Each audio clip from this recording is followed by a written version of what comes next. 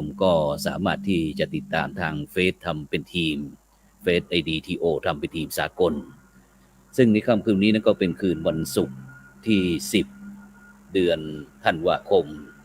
ปีพุทธศักราช2564นะก้าวกับผมอัตมาภาพพระครูโสพลปริยัติก็ได้นำรายการสังฆพัฒนาเพื่อประชาชนบทบาทพระสงฆ์ในยุคนิวมอร์นอร์มอนมาพบกับบรรดาท่านผู้ฟังแล้วก็ท่านผู้ชมเป็นประจำทุกคืนวันศุกร์นะเวลาก็ตั้งแต่ 20 นาฬิกาเป็นต้นไปจนถึงเวลาประมาณ 21:30 นาทีนะซึ่งวันนี้นะก็อาจจะเป็นกรณีพิเศษสักนิดหนึ่งก็อาจจะถึงเวลา 22 นาฬิกาซึ่งบรรดาท่านผู้ฟังท่านผู้ชมก็สามารถที่จะให้การสนับสนุนให้กำลังใจด้วยการกดติดตามกดไลค์กดแชร์นะเพื่อเป็นธรรมทานยิ่งแชร์มากก็ยิ่งได้บุญมากนะหรือว่าบรรดาท่านผู้ฟังที่ต้องการที่จะร่วมบริจาคเป็นสาธารณกุศลชื่อบัญชีนั้นก็อ้อมบุญอ้อมธรรมวันละบาทนะทางธนาคารไทยพาณิชย์เลขที่บัญชีนั้นก็145244700-8ชื่อบัญชีนั้นก็พระไทยธรรมกิจพระมหาชาญชัยพงษ์ประดิษฐ์แล้วก็พระจตุรงค์ชูศรีซึ่งในค่ำคืนวันนี้บรรดาท่านผู้ฟังนะซึ่งในค่ำคืนนี้ก็ถือว่าเป็นโอกาสที่ดีนะที่เราทุกท่านนะก็จะได้มาพบกับพระสงฆ์นักพัฒนารุ่นใหม่นะซึ่งวันนี้นั้นก็ออกอากาศที่ม่อนพระศรีสองลักษณ์พระศรีสองเมืองพระศรีสองเมืองตำบลแม่เจดีย์ใหม่ใช่ไหมครับตำบลแม่เจดีย์ใหม่อำเภอเวียงป่าเป้าจังหวัดเชียงรายนะซึ่งวันนี้นั้นก็ได้มีโอกาสขึ้นมาปฏิบัติศาสนกิจโดยเฉพาะวันนี้ก็มีคณะครูบาอาจารย์ร่วมด้วยช่วยกันนะที่จะมาคุยแลกเปลี่ยนเรียนรู้เกี่ยวกับเรื่องบทบาทของพระสงฆ์ในยุคปัจจุบันนะครับฉะนั้นก็อันดับแรกนี้ก็ขอถวายความเคารพนะครับท่านหลวงพ่อท่านอาจารย์พระครูอภิวัฒนวิกรมนะครับท่านอาจารย์พระครูอภิวัฒนวิกรมเจ้าอาวาสวัดปากทางเจริญนะครับตำบลดอยหล่อนะครับอำเภอ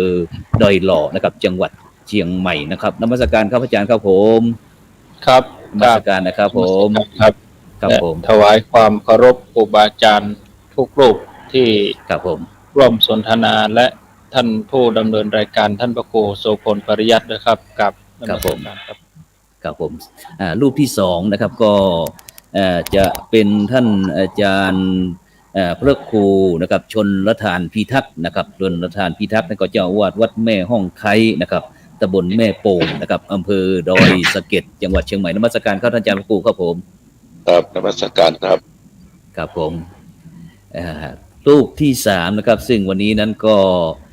ได้รับความเมตตานะครับจากหลวงพ่อพระครูปริยัติชัยวัฒน์นะครับเจ้าอาวาสวัดสันมณะนะครับตำบลแม่เจดีย์นะครับอำเภอเวียงป่าเป้าจังหวัดเชียงรายนมัสการครับหลวงพ่อครับผมไหว้สาครับครับผมวันนี้ก็ถือว่าเป็นอีกโอกาสหนึ่งนะครับที่มีความสำคัญนะครับที่พวกเราทางช่องธรรมะเป็นทีมนะครับแล้วก็สถานี FM คลื่น 104.50 เมกะเฮิรตซ์นะครับซึ่งตั้งอยู่ที่วัดฝายหินนะครับตำบลสุเทพนะครับอำเภอเมืองจังหวัดเชียงใหม่นะครับซึ่งก็เป็นแม่ข่ายนะครับในการที่จะไลฟ์สดนะครับในทางสถานียุคเครือข่ายนะครับทั้ง8จังหวัดภาคเหนือนะครับฉะนั้นก็กราบนิมนต์ครับท่านอาจารย์พระครูอภิวัฒนวิกรมครับได้ช่วยทักทายกับบรรดาท่านผู้ฟังท่านผู้ชมเครือข่ายคลื่นสีขาวเราด้วยครับผมครับขอคุณครับถวายความเคารพท่านพระครูโสพลปริยัติและท่านพระครูชลทานพิทักษ์ท่านพระครูปริยัติชัยวัฒน์ครูบาอาจารย์ที่ร่วมสนทนาธรรมทั้งสองรูปรวมกับท่านพระครูโสพลปริยัติแถมหนึ่งรูปขออนุญาตใช้คำเมืองนะครับเพราะว่าได้ครับโอเคครับได้ยังไม่คำเมืองก็คำเมืองครับผมโอเคครับผมวันนี้ขอใช้ภาษาเป็น ภาษาเมืองก็แล้วกันนะ ตามต่อชดขอร้องครับท่านนิมนต์ครับท่านอาจารย์พระครูพิวัฒนวิกรมครับได้ทักทายกับบรรดาท่านผู้ฟังท่านผู้ชมที่เครือข่ายของเราคลื่นสีขาวครับ8จังหวัดภาคเหนือด้วยครับผม ครับก็ตั้งแต่เวลา20:12 นาทีเป็นต้นไปนี้ก็จะมีสถานีวิทยุที่เชื่อมสัญญาณรายการธรรมะภาคกลางคืน27สถานีครอบคลุม8จังหวัดภาคเหนือตั้งแต่น่านพะเยาลำปางลำพูนเชียงใหม่เชียงรายแล้วก็มีแม่ฮ่องสอนเชียงรายนี่ก็จะถึงแม่สายเชียงของแม่จันทร์ในทีมงานของคุณดารุณีส่วนในพื้นที่อำเภอเวียงป่าเป้าก็มี2คลื่น ครับผม ได้ฟังถึงทางใต้ทางเหนือทาง ครับ ใต้ ผม สายใต้นี่ก็ที่ 94.5 แม่ขจานโมเดิร์นเรดิโอ อืม ทางเหนือก็เป็น 103.50 ดอยหมอกเรดิโอ ครับ ถ้าจะอู้ทุกสถานทุกคลื่นทุกสถานีก็คงจะใช้เวลาหนัก ครับ เป็น ผ นั้ ม นว่า ครับ ในรวมการเฉพาะกิจก็แล้วกันตัวนี้ทั้ง ครับผม เพจธรรมะเป็นทีมโดยมีผู้ที่ดำเนินรายการคือท่านพระครูโสพลปริยัติตลอดจ ครั น บ ถึ ผ ง ม ทีมงานของวัดไผ่หิน FM 104.50 ที่เป็นแม่ข่ายในการกระจายเสียงออกไปก็เจริญพรญาติโยมทุกท่านถ้าสามารถเข้ามาทาง Facebook ได้ก็ให้หันว่าครูบาอาจารย์เพิ่นกี่ตนแต่ละตนมีรูปร่างหน้าตาเป็นจะได้จะอ้วนก็จะผอมบ้างจะได้ก็เข้ามาใน Facebook แล้วก็ ครับผ แต่ ม ละท่านก็ขอแชร์ไป แต่ ครั ละ บผม คนถ้าแชร์ไปในกลุ่มเพื่อนฝูงเฮาก็ สมมติว่าเฮามีเพื่อน50 คน50 คนก็ได้หันธรรมะที่ครูบาอาจารย์จะได้เฮือญาติโยมคนนี้ถ้ามี100 คนพิมพ์คำว่าสาธุก็เป็นบุญถึงแม้จะได้พอจบชั่วโมงก็ได้พอ5 นาที10 นาทีเบื้องต้น แล้วเราก็อนุโมทนาด้วยกันครับก็ขอ ครับผม กราบความเคารพ ครับ ครับ ฉะนั้นก่อนจะเลยถามท่านอาจารย์การเรียนถามท่านอาจารย์พระครูพิวัฒนวิกรมต่อเลยนะครับ ก็คือในการนี้เรามีศาสนกิจพิเศษนะครับได้อู้ฮือกับบรรดาท่านผู้ฟังท่านผู้ชมได้ฟังว่าเป็นอย่างหมู่เฮาถึงได้มาที่ม่อนพระศรี2เมืองที่เขตรอยต่อระหว่างเมืองเชียงใหม่นะครับ แล้วก็เมืองป่าเป้าหรือว่าเชียงรายนะครับนิมนต์เลยครับผม ครับ ก็ขออนุญาตท่านที่ร่วมรายการทั้งสองคือท่านพระครูโชลทานพิทักษ์วัดแม่ฮ่องไคอยู่ฝั่งเชียงใหม่ แล้วก็ท่านพระครูปริยัติชัยวัฒน์ ครับ ซึ่ง ผม อยู่ฝั่งเชียงรายท่านพระครูวัดสันมณะ ครับ ก็ ผม ดีใจครับที่ครูบาอาจารย์ทั้งสองได้มาร่วมสนทนาในวันนี้กับผมเองก็คงจะให้ข้อมูลได้บรรนักเท่ากับ ครับ พระเถระทั้งสองซึ่งครับ ถ้าจะไล่เรียงอายุนี่ก็คือรุ่นพ่อผมละเนาะ ผมนี่รุ่น ครับผม ลูกรุ่นหลาน แต่ ค ครับ งจะให้ข้อมูลเฉพาะเท่าที่ผมพอจะ ครับ จำความได้ แต่รายละเอียดที่นักป ภา ระมาณนี้คง ภารกิจนะครับอาจารย์พระครูครับภารกิจว่าตอนนี้เรามาทำอะไรที่นี่ครับ ครับ อยากจะให้อาจารย์พระครูได้ฮือกับบรรดาท่านผู้ฟังท่านผู้ชมด้วยครับผม ครับก็คงอยู่4 หัวข้อ5 หัวข้อ ใคร ครับ ทำ ผม อะไรที่ไหนอย่างไรปรเนาะ ครับผม ใคร อันนี้ไผนี่นะไผ ครับผม ตู้เจ้าเดี๋ยวนี้นะครับ ผม ไผก็มีตังในก็มีตู้เจ้าคณะสงฆ์อำเภอเวียงป่าเป้า โดยหลวงพ่อพระครูนิวิตศิลสัมบร ครับ เป็นประธานพร้อมกับคณะสงฆ์เจ้าวาดทุกวัดสำนักสงฆ์อารามสงฆ์ที่พักสงฆ์อัน ครั นี้ บผม ไปในฝั่ง ครับ ฝั่งเชียงรายฝั่งเชียงใหม่ก็มีอำเภอดอยสะเก็ดเดี๋ยว ครับ ท่านพระครูจุลธานพิทักษ์ท่านก็จะได้ให้ข้อมูลในฝั่งอำเภอ ครั ดอบ ยสะเก็ดใครไปนอกก็มีท่านในอำเภอเวียงป่าเป้า ครับ ส่วนราชการกำนันผู้ใหญ่บ้านพร้อมทั้งพี่น้องศรัทธาประชาชนชาวพุทธแล้วก็ ครับผม ที่ไม่ใช่ชาวพุทธก็มีที่เพื่อน อืม อยาก ครับผม ร่วมในการพัฒนาจุดนี้ ครับ อันนี้ ผม ใครทำอะไร มาเนี่ยหยังนี่เนาะมาเนี่ยหยังนี่จะท้าความย้อนหลังไป10-20 ปีนี่ต้องเปิ่งท่านพระครูสองท่าน ที่เปิ้นมานั่งนี่ ผม แต่ผมก็จะ ครับผม เอานะตั้งแต่วันที่7มาดีกว่า ครับผมได้ครับ ตั้ ผ ง ม วันที่7จนถึงวันนี้วันที่10 ครับผ คื ม อเนี่ยหยังคือที่นั่งสนทนากันอยู่นี่คือเป็นม่อนพระศรีสองเมือง ซึ่งเป็นรอยต่อระหว่างเชียงใหม่กับเชียงไฮ้ ครับผม ครูบาอาจารย์มาปฏิบัติธรรมครับ ครับผม ปฏิบัติธรรมเขาก็บอกว่าเข้ากรรมนะถ้าเข้ากรรม ครับผม เป็นการสมทานวัด ครับ บาง แม่น ที ครับ สมทานถือธุดงค์เขา อืม เขาจะบิณฑบาตไปวัดก็ลืมเอาบาตรมาเหี่ยเนี่ยไอ้บท ครับ สมทานข้อนี้นี่ผมนี่จะไม่ต้องบอกครูบาอาจารย์มาหลายๆตนมาได้เอาบาตรมาสมทานข้อนี้นี่กันเข้าเลยบางตนก็ปฏิบัติตามอัตภาพบางตน ครั ก็ บ ชราภาพครับ ครับผ ก็ ม เลยว่าเป็นการปฏิบัติธรรม ครับ ปฏิบัติธรรม ครับ ทำอะไรก็คือใจจื้อกิจกรรมว่าสืบกำกึดยึดเจตนาเสริม ครับ สร้างศรัทธา และ นำพาประชาชนโดยใจรักกึดตัวนี้ครับ ครับ ทำอะไรมาเข้ากรรมระยะเวลา ครับ 8 ถึง 12 ครับผม ทำอะไรอย่างไร ครับ ที่ไหนนี่ว่าไปแล้วเนาะ ครับผม อย่างไรก็คือว่าเฮาก็กูเตือนเฮาอยู่แต่ละวัดก็คือตื่นบ่เท่ากันบางวัดก็ตื่นตี 4บางวัดก็ตื่นตี 3บางวัดก็ตื่น5โมงเนี่ยก็ ครับผม เมื่อเฮามาอยู่รวมกันนี่ระยะเวลา 4-5 วันเฮามาตื่นเท่ากัน ครับผม ครับ ครับ ตื่นเท่ากันตื่นตี 4ตี4ครึ่งทำธุระตี5เฮามาทำวัด ครับ ก็ไล่หาพระที่เปิ้นชราภาพเนาะถ้าเฮาจะเอาเข้มอย่าง พระหนุ่มตื่น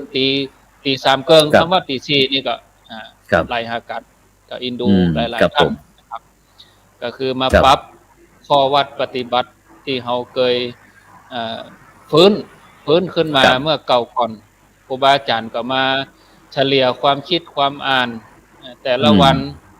หลังจากทำวัดเสร็จเฮาก็จะนิมนต์ครูบาอาจารย์ ครับ ท่านได้ได้อธิบายได้ฮือธรรมะกับพระลูกพระหลานครับ ครับผม เสร็จเรียบร้อยแล้วนี่ หลังจากที่ได้พ้นระยะเวลาวันที่ ครับผม 11เฮาปฏิบัติธรรมเสร็จแล้ววันที่12นี่ จะมีพิธีบรรจุพระธาตุบรร ครั จุ บ พระสารีริกธาตุตลอดจนถึงวัตถุมงคล ครับ บรรจุไว้ที่ไหนบรรจุไว้ที่เจดีย์เป็นสัญลักษณ์ของสองเมือง ครับผม ถ้าว่าไผมาเจียงไฮ้ก็ต้องขึ้นไปโดยตุงไผมาเจียงใหม่ก็ต้องขึ้นไปโดยสุเทพก็เลยนำสัญลักษณ์ทั้งสองมาจำลองไว้ที่จุดเกิงกลางเนี่ย ครับผ พ ม บกันคนละครึ่งทาง ครับผม ปะกัน ตะกี้ ที่ลางดอย นี่ได้ยินอาจารย์ท่านพระครูได้อู้ถึงบอกว่าได้สืบสารหีบหอยอย่างเนี้ยครับได้สืบสารหีบหอยไผ่ครับผมเนี่ย ผมก็คงจะยกไปให้ท่านพระครูชลทานพิทักษ์กับท่านพระครู ครับ ปริยัติชัยวัฒน์เนาะแต่ ครับ ผม ผม จะหีดห้อยของไผ่มาสร้างไว้อย่างใดนี่ ครับ อ่า ได้หมายความว่ามันมีบุคคลศาสนาบุคคลนะครับ ครับ ก็คือใครครับอยากจะทราบว่าไอ้สองรูปที่ว่าระหว่างตรงเนี้ยครับ การนิมนต์เลยครับผม ก็เป็นฟังเชียงใหม่กับฟังเชียงไฮ้ ครับผม ครูบาอาจารย์ที่จะให้ข้อมูลเฮาในคืนนี้ก็คือฟังเชียงใหม่กับฟังเชียงไฮ้ ครับ เหมือนกัน ยังใหม่นี่ก็จะ ครับ ได้ เชียงใหม่ ได้เอ่ยถึง ครับ ที่จะให้ข้อมูลคืนนี้คือฟังเชียงใหม่คือท่านพระครูชลทานพิทักษ์ โอเค ฟัง ค เชีย รับ งไฮ้ก็คือท่านพระครูปริยัติชัยวัฒน์ โอเค ทีนี้ ครับ ย้อน ฉะนั้น ไปแห่ม ครับ ย้อน ผม ไป40 กว่าปีก่อนผู้ ครับ ที่มากึดสถานที่นี้ก็คือ ครับ จากฝั่งเชียงใหม่กับฝั่งเชียงไฮ้ อ๋อครับ นี่หมา ฝั่ ย ง ควา เชีย ม งให ว่า ม่ก็คือ พระเดชพระคุณท่านเจ้าคุณพระเทพวิสุทธิคุณ ครับผม ซึ่งเป็นอดีตที่ปรึกษาเจ้าคณะจังหวัดเชียงใหม่ ครับ เดิมนั่นก็เรื่องสมณศักดิ์เรื่องอย่างเท้าความย้อนหลังไปก่อนนั้นเดี๋ยวผมก็ยกให้พระเถระทั้งสอง ส่วนฝั่งเชียงไฮ้นั่นก็ พระเดชพระคุณท่านเจ้าคุณพระสุนทรปริยัติวิกรม ครับ เจ้า ผม วาดวัดป่างิ้ว อดีตเจ้าคณะอำเภอเวียงป่าเป้าอันนี้คือ อ๋อ คือย้อนหลังไป แต่ถ้าย้อนไปกว่านั้นเนี่ยผมขอสารภาพว่าผมเกิดบัดตัน ครับผม ผมเกิดบัทัน ครับผม ครูบาอาจารย์ที่จะให้ข้อมูลในคืนนี้ผมว่าจะได้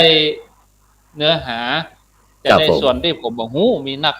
ครับอันนี้ผมขอให้ข้อมูลเบื้องต้นต่ออีกครับผมขอบ ครั คุ บ ณ สาธุครับผมครับก็ต้องกราบขอบพระคุณครับอาจารย์พระครูพิวัฒนวิกรมนะครับเจ้าอาวาสวัดปากทางเจริญนะครับบอกว่าได้อู้ถึงเรื่องว่าเฮาได้นำพระสงฆ์องค์เนนต่างๆครับได้เข้าวัดปฏิบัติธรรมที่ม่อนพระศรีสองเมืองนะครับซึ่งได้ปราลกถึงพระมหาเถระสองรูปนะครับก็ที่จังหวัดเชียงใหม่นี่ก็พระเดชพระคุณหลวงพ่อพระเทพวิสุทธิคุณนะครับอดีตเจ้าคณะอำเภอดอยสะเก็ดนะครับเมื่อที่ดำรงตำแหน่งที่พระครูมงคลศรีละวงศ์นะครับแล้วก็ได้หลังสุดนี้ก็ดำรงตำแหน่งเจ้าคณะจังหวัดเชียงใหม่แล้วก็ที่ปรึกษาเจ้าคณะจังหวัดเชียงใหม่นะครับซึ่งมีความสำคัญจะได้นะครับเดี๋ยวเราจะได้กราบนิมนต์พระมหาเถระฝ่ายเมืองเชียงใหม่นะครับได้ชี้แจงว่าทำไมนะครับเราถึงเดินตามฮีทอยนะครับแต่ถ้าไปตั้งจังหวัดเชียงรายนะครับซึ่งก็ได้อู้ถึงเรื่องหลวงพ่อเจ้าคุณพระสุนทรปริยัติวิกรมนะครับซึ่งถ้าอู้ถึงเมื่อ 3-40 ปีก่อน 40-50 ปีก่อนนั่นก็พี่น้องพุทธศาสนิกชนตึง8จังหวัดภาคเหนือเฮานี้ก็จะรู้เลยว่าเป็นพระนักเผยแผ่นะที่มีคุณภาพนะครับที่มีคุณภาพโดยเฉพาะเปิ้นมีบทบาทอย่างไรนะครับเกี่ยวกับม่อนพระศรีสองเมืองนะครับถึงคนอนุชนคนรุ่นหลังในปัจจุบันเนี้ยถึงได้มาเดินตามฮีทตามหอยนะครับฉะนั้นเพื่อว่าเป็นการเสียเวลาครับกราบนิมนต์ท่านอาจารย์พระครูนะครับปริยัติชัยวัฒน์นะครับเจ้าคณะเจ้าอาวาสนะครับวัดสันมณะนะครับตำบลแม่เจดีนะครับตำบลแม่เจดีอำเภอเวียงป่าเป้านะครับจังหวัดเชียงใหม่นะครับซึ่งจังหวัดเชียงรายครับจังหวัดเชียงรายครับซึ่งถือว่าเป็นผู้ที่ได้เลิกตั้งแต่ต้นเหตุนะครับซึ่งเมื่อครั้งที่หลวงพ่อเจ้าคุณพระสุนทรปริยัติวิกรมครับนิมนต์ในพระสุนทรปริยัติวิกรมเนี่ยท่านอาจารย์ฮู้จักในฐานะจะใดครับแล้วถึงไงได้มาเดินตามห้อยในปัจจุบันนี้ครับการนิมนต์ครับท่านก็ไหว้สาพระมหาเถรานุเถระจุตนจุองค์ด้วยความเคารพยิ่งครับผมเนื่องด้วยกับผมได้มีโอกาสได้ไปเป็นศิษย์วัดปางยิ้วตอนนี้ก็เลยถือโอกาสเป็นตัวแทนของลูกศิษย์ในนามลูกศิษย์วัดปางยิ้วมาอู้เรื่องราวตีปอตีจะฮู้ปอตีจะจำได้แต่บัดโดยละเอียดนะครับเพราะว่ามันผ่านมาเมินพอสมควรเพราะวันเวลาที่เกิดขึ้นเนี่ยถามพระครูอย่างก็ ท่านพระครูบรรยงนะผมจำได้จากพระครูบรรยงเพิ่นว่าเพิ่นยังบ่เกิดเรื่องครับ ก็ย้อนหลังไปเมินนักแกครับเมื่อปี 2520 หรือว่า2520พบจำบ่ผิดนะครับที่เปิ้นได้มีกรรมปาลบที่จะได้สร้างโดยนำพระพุทธรูปที่ได้มาประดิษฐานไว้ที่นี่นะครับก็เนื่องจากว่าตอนนั้นทางก็ยังบ่สมบูรณ์เป็นทางแบบยากอยู่ก็เริ่มมีรถผ่านไปผ่านมาที่จะสัญจรไปทางเชียงรายแล้วก็รู้สึกว่ามันบ่จะเป็นทางที่ดีนะครับนึกย้อนหลังไปแล้วก็มีแต่บ่หลุมๆครับผมแล้วก็บังเอิญที่จากนี่ไปแห่งประมาณสัก100 เมตรนะครับเนาะมีศาลเจ้าแม่นางแก้วซึ่งประดิษฐานอยู่ที่หั่นสารประวัติเจ้าแม่นางแก้วเนี่ยผมบ่ฮู้ว่าจะมีโอกาสได้มาอู้มาจ่าว่าปอติจะฮู้มาเหมือนกันแต่ก็ขอไว้ช่วงหลังก็แล้วกันนะครับเนาะก็หลวงพ่อก็เจ้าแม่นางแก้วนี้เฮาไปอู้วันพุกนี้นะครับวันพุกนี้เป็นเรื่องครับผมครับวันพุกเฮาอู้เรื่องความเชื่อในทางไสยศาสตร์ในพุทธศาสนาต่างๆแต่วันนี้เฮาเจาะเฉพาะที่ม่อน42ลัก42เมืองนี่ครับเนาะครับผมหลวงพ่อเปิ้นปาลบอู้กับลูกศิษย์ลูกหาก่อนที่จะมาที่นี่นะครับเพราะว่าบ่สบายใจที่คนไปยกมือไหว้ซึ่งคณะนั้นบริเวณศาลเจ้าแม่นางแก้วจะมีปลัดคิกใหญ่ๆน้อยๆเต็มไปหมดแล้วคนที่เปิดนางรถผ่านไปผ่านมาก็ยกมือไหว้ และการยกมือไหว้ของคนเนี่ยหลวงพ่อก็เข้าใจว่ายกมือไหว้อย่างว่านะเนาะ ครับผม เปิ้นบอกมันบัดถูกต้องเฮาเป็นเจ้าพุทธไปไหว้สิ่งอย่างอันมันบัดถูก เปิ้นก็ว่าเดี๋ยวข้าจะติดต่อไปทางท่านพระครูเจ้าคณะอำเภอดอยสะเก็ด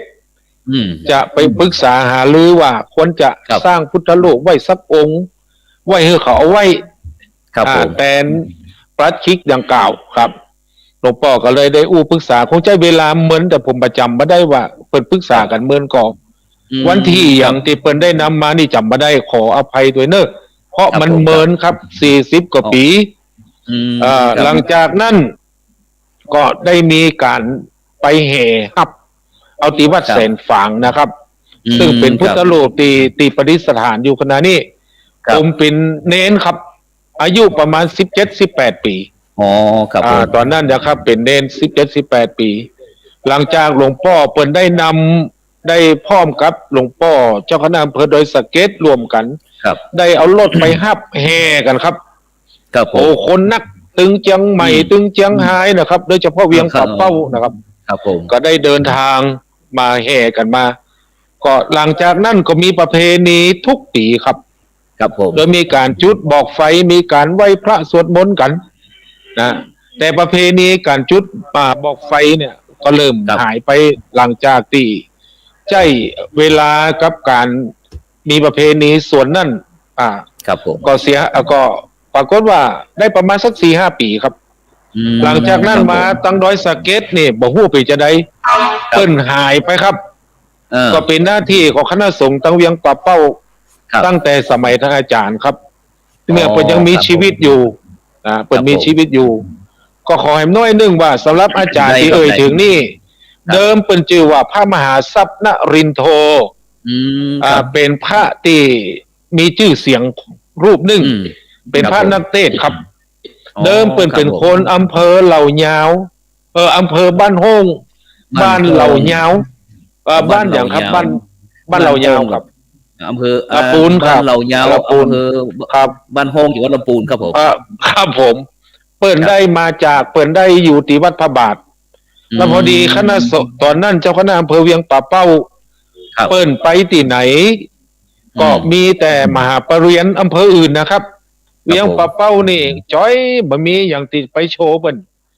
หลวงพ่อที่ถึงนี่ก็คือพระครูเปิ้นอยู่วัดเฟยไฮครับพระครูเปิ้นชื่อวัดเฟยไฮเป็นเจ้าคณะอำเภออยู่ขณะนั้นก็จึงได้ไปนิมนต์ครับไปนิมนต์ท่านอาจารย์ตีวัดพระบาทตากผ้านิมนต์มาเป็นจะได้พ่อเพิ่นได้เสนอข้อตกลงกันว่าคือว่าขอมาอย่างคือมาเผยแพร่ศาสนา2คือมาสร้างบุคคลครับผม3คือมาสร้างศาสนวัตถุครับผมซึ่งตรงกับความในใจของท่านอาจารย์พอดี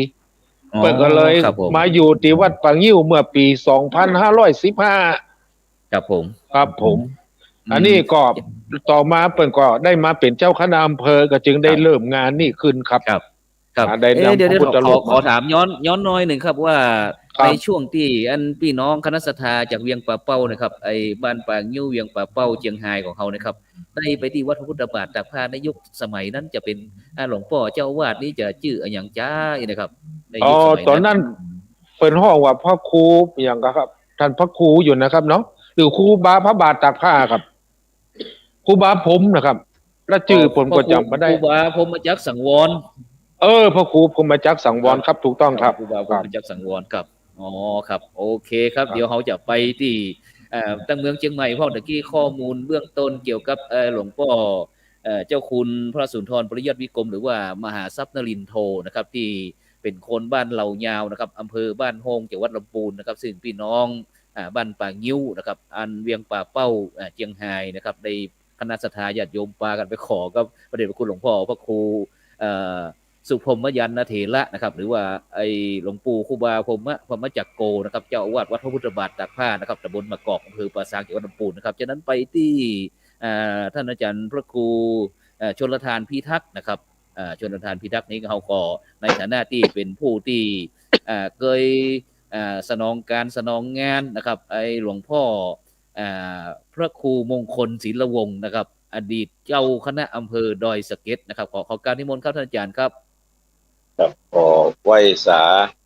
จุตนจุองค์นะครับผู้ร่วมรายการเจริญพรครับผมพี่น้องศรัทธาที่อยู่ทางบ้านทางจอง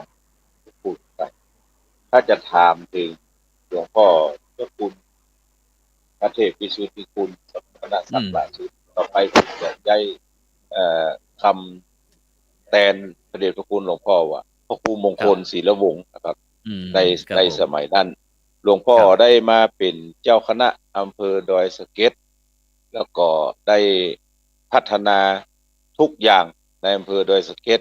โดยเฉพาะเรื่องการเกษตรก็แนวคิดที่พระเดชพระคุณหลวงพ่อเป็นคนเมืองน่านเนาะเป็นเชื้อเจ้าเมืองน่านครับแล้วก็มาเป็นเจ้าวาดวัดภูผารามมาเป็นเจ้าคณะอำเภอดอยสะเก็ดแล้วก็นอกจากนั่นเพิ่นมักจะใจตู้เจ้าไปดำเนินการเฉพาะกิจแต่ละอย่างครับผมนี่เป็นตู้เจ้าใหม่เพิ่นจะใจไปอบรมไปสัมมนาอย่างเดียวอย่างอื่นบ่ใจผมก็ถามว่าหลวงพ่อใจผมไปอย่างปล่ำเปลือกอบรมกับสัมมนาผมว่ามันบ่อิดบ่หิวนะได้เหมือนบ่ได้อย่างหูปีเป้าจริงๆแล้วหลวงพ่อพยายามจะปลูกฝังว่าไปฟังแล้วก็เพื่อแลกเปลี่ยนเรียนรู้พอพระเดชพระคุณหลวงพ่อมาเป็นเจ้าคณะอำเภอแล้วก็อย่างที่หลวงพ่อพระครูปริยัติชัยวัฒน์ว่าตะกี้ว่าเพิ่นได้มาอู้มาจากันกับหลวงพ่อเจ้าคณะอำเภอเวียงปะเป้าก็อย่างที่ว่าเหตุผลที่ว่าเขาไปไหว้อย่างนั้นปล่ำเหลือยังไหว้อันที่ควรไหว้พ่อเอาทีเนี้ยจะได้นี่ก็มาอู้มาตกลงนั่งจากันก่อนจะอู้จะตกลงนั่งจากันเนี่ยหลวงพ่อพระครูพิสารนครกิจพระครูพิสารนครกิจอินสมอานันโทเจ้าอาวาสวัดเฟยไฮซึ่งเป็นเจ้าคณะอำเภอในสมัยนั้นสมัยนั้นหลวงพ่อเจ้าคุณพระมหาทรัพย์เนี่ยเป็นเจ้าคณะตำบลเจ้าคณะตำบลเพิ่นก็มอบอำนาจสูงสุดให้หลวงพ่อเจ้าคุณพระมหาทรัพย์ว่าลองไปอู้ประจากับเจ้าคณะอำเภอดอยสะเก็ดหรอว่าใครเขาไหว้อันที่บุคคลไหว้แปลงพระเจ้าสักองค์ไปอู้กันตกลงกันว่าหลวงพ่อเจ้าคุณพระครูมงคลศิลวงศ์ก็ว่าถ้าอันเอาจะอีคือฝั่งเชียงไฮ้แปลงศาลาขึ้นมาหนึ่งหลังแล้วฝ่ายเชียงใหม่จะแปลงพระเจ้าพอหลวงพ่อเจ้าคุณมหาทรัพย์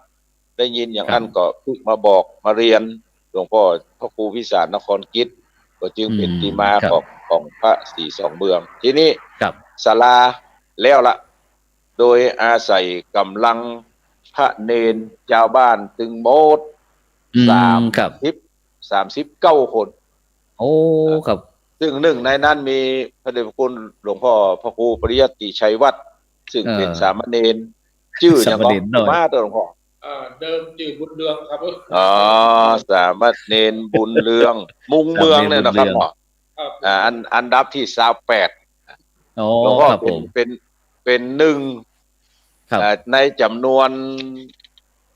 40 ปลายที่ว่าตะกี้นะครับ40 ปลายหลวงพ่ออันดับ48หลวงพ่ออายุเท่าไหร่ครับสมัยนั้นตอนนี้ก็19ครับ18 19ปัจจุบันผมมันนะครับ62เพราะนั้นเราจะหันได้ว่าเมื่อเปิ้นอู้เปิ้นจากันหลวงพ่อพระครูเจ้าคุณมหาทรัพย์ก็ปรึกษาหรือกับแม่เลี้ยงไพบูลย์ผู้ประเสริฐว่าอู้กันละเพิ่นจะให้แปลงศาลาเอาจะแยกจะได้ก็ปาพระเนนใจกำลังพระเนนทั้งหมดเตียวก็ว่าได้หลวงพ่อขึ้นรถมาบางวันก็มีอาหารกินบางวันมีอาหารกินจงไปปึ้งเจ้าแม่หลวงพ่อเนาะปึ้งเจ้าแม่ครับผมกินกันไปตามนั้นทีนี้ย้อนมาถึงแปลงศาลาแล้ว ครับ หลวงพ่อเจ้าคณะอำเภอเวียงปะเปาบอกว่าคือไปรายงานเจ้าคณะอำเภอโดยสเก็ตคำว่าศาลาแล้วละ อืม ทีนี้หลวงพ่อวัดบุพารามก็ไปหาพระครูวินัยทรถนอมทิตายุโก ซึ่งเป็น อ๋อ ฐานานุกรมของเจ้าคณะจังหวัดเชียงใหม่ในสมัยนั้น อ๋อ ก็ ครับผม บอกว่าตุค่าเขาแปลงศาลาไว้พุ่นละมือตุ ครับ ไปแปลงแต่นแก้วกับ ครับ เสาะพระเจ้าสักตูน ครับ หลวงพ่อพระครูประจักษ์พัฒนาคุณในสมัยดำรงตำแหน่งเป็นพระครูวินัยทรถนอม วินัยทร ยุโก ถนอมครับผม วินั ครั ย บ ทรถนอมซึ่งเป็นสหายธรรมของหลวงพ่อเจ้าคุณมหาทรัพย์ ครับผมอ๋ หล อ วงพ่อพ ครั ระ บ ค ผ รู ม วินัยทรถนอมนี่เป็นคนพื้นเพเป็นคนอำเภอเทิง อ๋อ อำเภอเทิ ครั ง บแม่ จั น งหวัด แม่นครับแม่น เชียง ครับ ราย ครับ เมื่อหลวงพ่อพระครูวินัยทรถนอมได้รับทราบทั้งอันแล้วก็ห้อง ครับ ปนน้อยของปัญญากาศบ้านเมกะ ครับ สรีงกเมกะ ครับผม เมกะเหนืออำเภอดอยสะเก็ดว่า ครับผม พอปนน้อย ไปแปลงพระเจ้าฮือสักองค์หรอกจะเอาไปไหว้ดอยนางแก้ว เจ้าคุณ ครับผม พระครูมหาทรัพย์ใครได้ไปไหว้พุ่น ก็จึง อืม ปากันแปลงพระเจ้าส่งคนส่งศาลาของปนของน่ะมาแปลงเต้นแก้วก่อน แปลงเต้นแก้ว เมื่อแปลงเต้นแก้วมานั่งอู้นั่งจากับพระเจ้าหอยฮือจื่ออย่างดีหลวงพ่อเจ้าคุณมหาทรัพย์บอกว่าลอง ครับ เอาพระครูมงคลว่าแล้วพระเจ้าเอาอย่างดีวันนั้นของก็บอกว่าพระเจ้าอู้ย่อยอ่ะท่านเขาวันไหนๆก็เมืองเชียงใหม่เชียงไฮ้เอาพระเจ้า42เมืองดีกว่า ก็เลยเป็นที่มาของพระเจ้า42เมือง ครับ ในสมัยนั้น ในส่วนขององค์พระเจ้า42เมืองเนี่ยก็หน้าตักกว้างอยู่มาอู้ถึงแปลงศาลาก่อนแปลงศาลากว้าง4เมตรจุด10เซนติเมตรยาว6เมตรจุด20เมตรความสูง2เมตร50 ครับ เมื่อแปลงศาลาแล้วก็มาแปลงฐานสุกสีและฐาน ครับ เต้นแก้ว ครับผม เอาสาวกะมี80องค์เอา80เซนพอ ครับผม แล้วก็แปลงพระเจ้าขนาดหน้าตักกว้าง1เมตรกับแหม20เซนติเมตรแล้วความสูง1เมตร65เซนติเมตร ครับ พระพุทธเจ้าก็ขนานนามพระเจ้าตัวนี้ว่าพระเจ้า42เมือง ตาม ครับ ที่ปนของแนะนำว่าควรจะชื่อ ครับผม พระเจ้า42เมือง อ๋อ ทีนี้มา ครับ กำหนดว่าเขาจะจัดงานประเพณีอย่างไรดีก็สืบเนื่องจากที่ หลวงพ่อพระครูปริยัติชัยวัฒน์พูดตะกี้ว่า การจัดงานประเพณีน่ะเพื่อยึดวันเข้าพรรษา ครับผม อย่างตุลุงดอยว่าคือนี่ว่า ไปเข้าเฝ้าพระพุทธเจ้าก่อนแล้วก็ไปจำพรรษาฮั่นนี่นะครับ ครับผม แล้วก็ทีนี้ปัญหาคือเรื่องอาหารการกินมันอยู่บนดอย ครับ ใคร ผม จะเนี่ยกินเฮือกินปลาล่ำเรือนี่ ม หลวงพ่อเจ้าคุณวัดบุพารามอันยังก็ ครับ สโลแกนบนท่านพระครูที่ว่าไม่มีก็ มีก็ฉัน ฉัน ไม่ ไม่ มี มี ก็ ก็ เฉ เฉ ย ยเออ หมดกังวลไปเลย หมดกังวลไปเลย ครับผม หลวงพ่อเจ้าคุณมหาทรัพย์ก็เลยบอกว่าแต่ว่าก็วันอันยังก็ วันอาสาฬหปูจาวันเข้าพรรษาชาวบ้านพอนึ่งก็เลิกคิดป้าขั้วเขานึ่งไปกินกันปุ้นกัน อันนี้จึงเป็นที่มาส่วนมากถ้าวันเข้าพรรษานี่คณะสงฆ์เชียงไฮ้เชียงใหม่ดอยสะเก็ดเนี่ย ครับ จะขั้วเขานึ่งมากินกันบนด้วยแข่งของไปลำวัดไหนลำอย่างใดพ่อเอามากินสู้กัน โอ้เห็นหมวด นี่ เล เป็ ย น เนาะ ที่มาเมื่ออย่างนั้นแล้วป่อนน้อยอย่างพวกบ้านไม่หวาดผมมาจำชื่อ ว่ามาอู้ทุเจ้า ครับ ไหนมีงานประเพณีเขาซอบอก อืม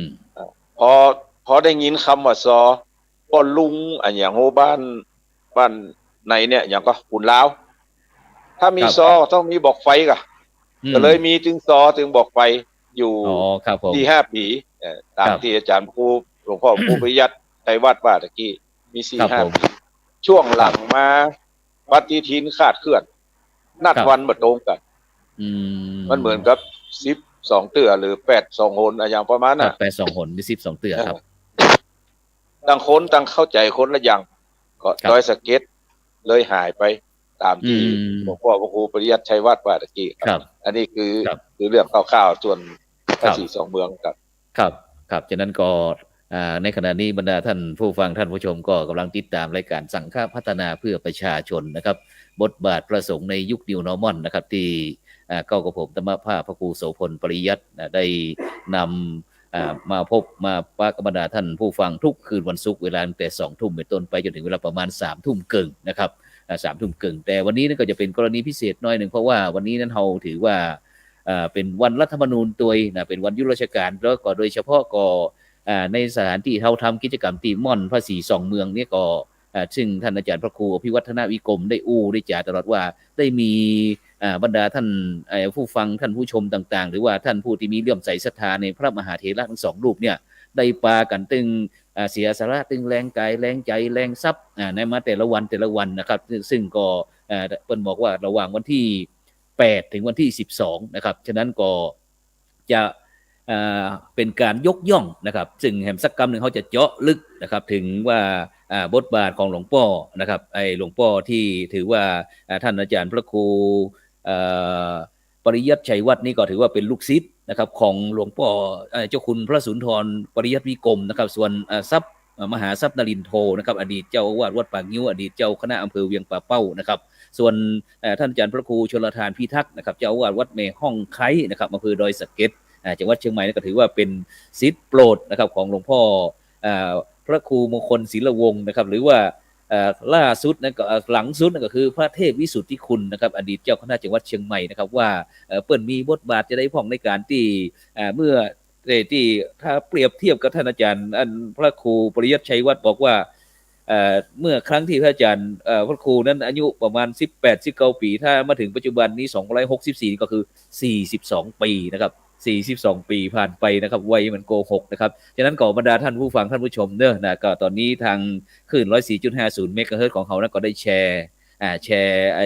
YouTube นะซึ่งสามารถเปิดเข้าในมือถือดูได้เลยนะสบายได้หันตึงภาพได้หันตึงเสียงนะประสงค์องค์เจ้าวันพุกนี้เขาจะตำน้ำพริกกะหรือว่าแกงหลอกลิงลาวกะหรือว่าแกงหน่อไม้กายนะยิ่งโดยเฉพาะท่านอาจารย์พระครูพิวัฒนวิกรมวันนี้ฉันหน่อไม้ตึงถ้วยเลยนะครับฉะนั้นก็อยากจะให้ท่านอาจารย์ซึ่งท้ายๆคืนนี้เกินชั่วโมงสุดท้ายก็คือตั้งแต่3 ทุ่มเกินไปเขาก็จะให้บรรดาท่านผู้ฟังท่านผู้ชมเนี่ยสามารถที่จะโทรเข้ามาคุยนะครับคุยถามสถานการณ์ว่าในขนาดเนี้ยตีม่อนภาษี2 เมืองของเขาเนี่ยมีความคืบหน้าก้าวหน้าต้องการอย่างพ่องที่จะสนับสนุนด้วยจะคือท่านอาจารย์พระครูอภิวัฒนวิกรมนะครับได้จ่ายฟังนะครับฉะนั้นก็ในช่วงนี้เมื่อท่านอาจารย์พระครูอภิวัฒนวิกรมถือว่าเป็นแม่งานสำคัญแห่งรูปหนึ่งแล้วก็เป็นลูกหลานเจ้าเวียงป่าเป้านะซึ่งถือว่าเป็นสหธรรมของผู้ดำเนินรายการเองนะก็ได้มีการปรึกษาหารือกันอยู่ตลอดเวลาว่าจะทำอย่างไรที่เราจะยกย่องพระสงฆ์นะครับโดยเฉพาะในปัจจุบันนี้สถานการณ์บ้านเมืองของเราเนี่ยพระสงฆ์องค์เจ้าของเขาต้องออกมาช่วย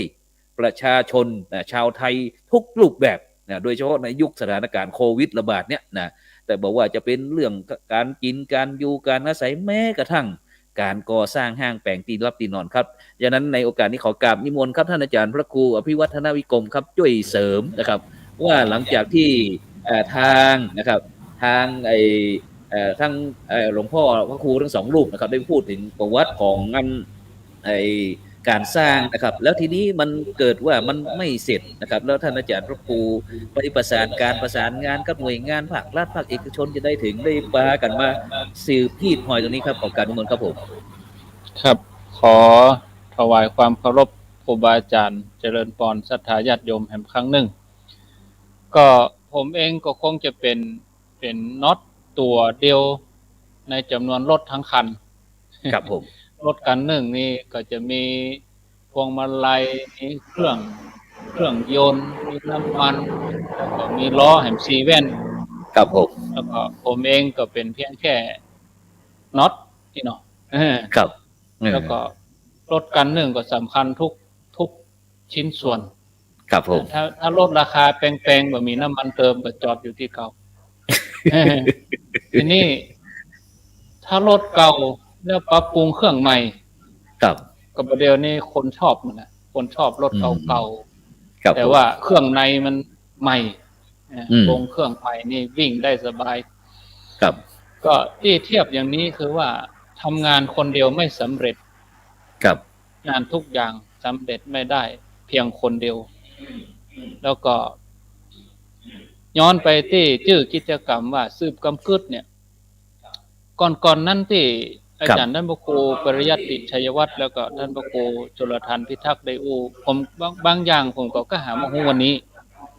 ซึ่งเวลาปะกันต้นก็บอกเคยเล่าให้ผมฟังแบบนี้ผมว่าอันนี้เป็นสิ่งที่ครูบาอาจารย์ถ้าว่ามีโอกาสอยู่ในวัดเอานะเอาบะจ้างจะเอาอย่างมาอู้เฮาขยมเฮาเน้นขอจะเอาเรื่องเก่าๆนี้เล่าให้เขาฟังครับเป็นตำนานโดยที่ครูบาอาจารย์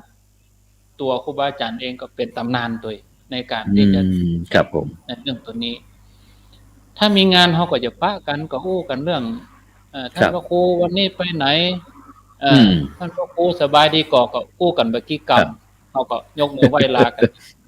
บางทีฉันเพลก็เนาะกรรมของเก้ากับปิ๊กอย่างเงี้ยก็วันนี้ผมก็มาย้อนหลังไปผมเพียงแค่ว่าหันเปิ้นทำกันมาตลอดเมื่อก่อนผมปิ๊กบ้านผมก็หันรถจอดเต็มนี่นะครับผมเวลาเข้าภาษาแล้วผมก็จังมาหาแม่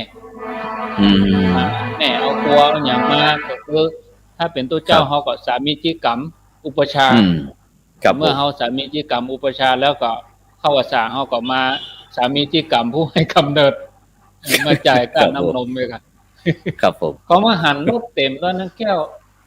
คนเอาผ้าเหลืองมามัดต้นไม้โอ้ปนเนี่ยอย่างกันนี่แน่รถเต็มกันเมื่ออันเนาะ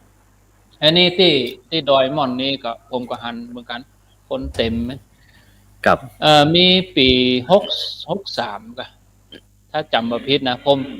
ผมคิดใจว่าตู้ลุงดอยเนี่ยก็จวนน่ะเพราะว่าเอาตู้ลุงดอยไปเชื่อมสถานีหลวงพ่อพระครูปฏิพันธ์ธรรมทินนะเมื่อเปิดไปออกสถานีที่ได้รอโดยตู้ลุงก็ว่า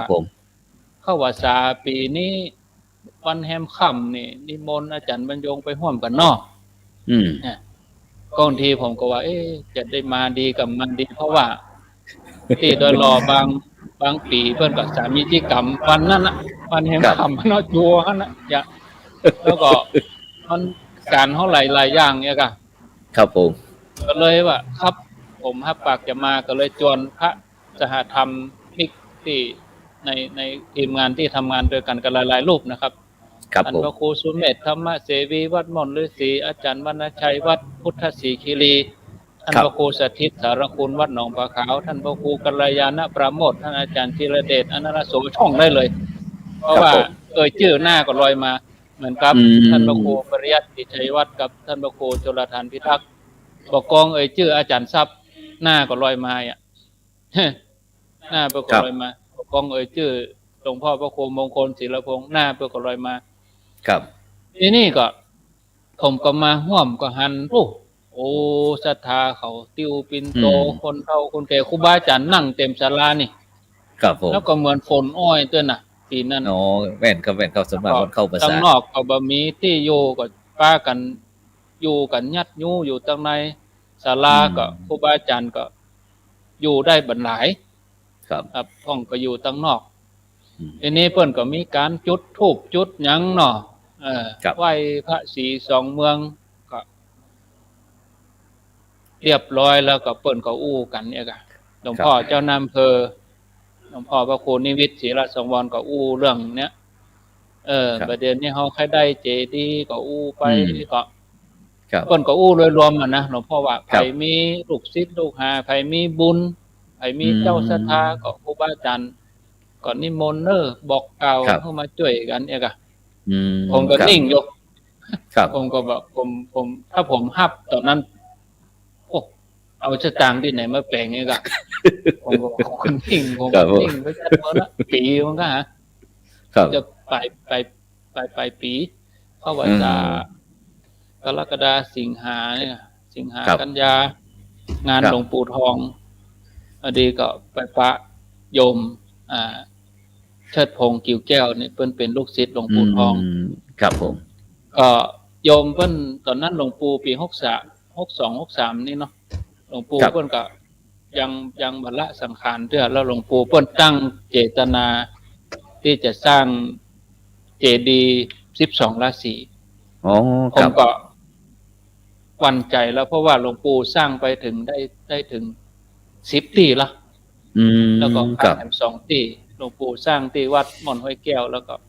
แถมวัด ครับ หนึ่งก็เหมือนจะเป็นวัดอรัญญวาสดงประวาย อืมครับผม ก็ผมก็ขอโยมเพิ่นแปลว่าโยมประเด็นนี้คณะสงฆ์ถึง2อำเภอเนี่ย ครับ เพิ่นมีความตั้งใจอยากจะประดิษฐานเจดีย์เอาดอยตุงเอาดอยสุเทพมาไว้ที่หั่นโอ้ ครับ คน ผม โยมปรากฏว่าเล่นอยู่เนาะขนาดแปลงองค์เดียวยังลำบากขนาดนี้จะมาแปลง2 องค์เอาไปไว้ที่หั่นแต่โยมเพิ่นก็ลักล้อมแล่มมาดูนะเพิ่นก็มา ครับผม ดูมาอย่างครูบาอาจารย์มีกิจกรรมเพิ่นก็มา ก็ อืม ที่หลวงปู่พระครูปฏิพันธ์ธรรมทินได้อู้ไว้วันก่อนนั่นเหมือนที่วัดดอนจันทร์ อืม โยม ครับ โยมเจ้าภาพท่านเดียวกันนี่แหละแม่ ครั คุ บ ณแม่จันทร์ทองกิ่วแก้วนี่แหละเพิ่นไปสร้างที่วัดดอนจันทร์แล้วละ ครับผม แล้วก็หลวงปู่พระครูปฏิพันธ์ธรรมทินเพิ่นไปเป็นประธานตอนนั้นผมก็ ครับ เพิ่นโยมแล้วเดี๋ยวโยมก็เงียบโยมเงียบอยู่ ครับ ผมก็ว่ามันเป็นหยังมาตามหน้าบุญ อื หลวง ม ปู่พระครูปฏิพันธ์ธรรมทินได้ไปเป็นประธานนำสวดตอน ครับ 3 โมง อืม 3 โมงหลวงปู่ก็เลยกู้รวมๆแหละว่าใครมีบุญก็ขอให้ไปช่วยกึดช่วยสร้างไงกะ ครับผม โยมก็ได้ยินตามปกติ3 โมงในงานที่คนหลายนี่นะโยมจะสนใจน้อยนะครับ แต่โยมนี่เพิ่นนิ่งฟังได้สัก ครับผม 2 วันเพิ่นก็โทรหา ครับ เพิ่นก็ว่าตุ้ลุงอะหยังไปเป็นประธานที่วัดตุให้เพิ่นไว้น่ะตุ้ลุงอะหยังไปเป็นประธานที่วัดตุอย่างเพิ่นอู้ ครับ เรื่องอะหยังเจดีย์อะหยังตุลงไปอู้เพิ่นเจดีย์อะหยังอีกอะ อืม ผมก็โทรหาหลวงปู่พระครูปฏิพันธ์ธรรมทิน ครับ ก็รวบรัดเนาะ ครับ ร ผ ว ม บรัดเวลาจะยาวไปก็ ครับ พูดกันไปประสานงานกันไปประสานงานกันมาก็นัดกันมาเลยประมาณเดือนอย่างนะพฤศจิกา ครับผม ปี63ก็ ครับ ก็นัดกันมาที่นี่เดี๋ยวรายละเอียดท่านพระครูชลทานน่าจะให้รายละเอียดเรื่ ครั อบ งวัน ผม เวลาไหนก็นัดหลวงพ่อพระครูปริยัติชัยวัฒน์ก็มา อืม ก็มีรูปเก่าๆอยู่หลวงพ่อรอง ครับ อำเภอหลวงพ่อเจ้าอำเภอท่านมหาเสาแก้วหลายๆรูปครูบาท่านปลัดจำนันแล้วก็ครับ อุทยานตอนนั้นนี่ท่านนายอำเภอยังเข้ามาเตื้อก็มาดูส ครั ถา บผม นที่มาจี้มาหยังโยมก็เอาศาลามาตวยเลย ครับผ ศาม ลามาตวยศาลามาก็มาประเมินนี่ว่า มันโครงสร้างมันบ่สมบูรณ์ อืม จะมาแปลงเจดีย์นี่มันอายุแห่งวัตใดมันก็คงจะทรุดโทรมเพราะว่าเป็นคานเป็นเหล็กมันตากแดดตากฝนมาเมินเป็น40 กว่าปีอะครับ ครับ42 ปีครับ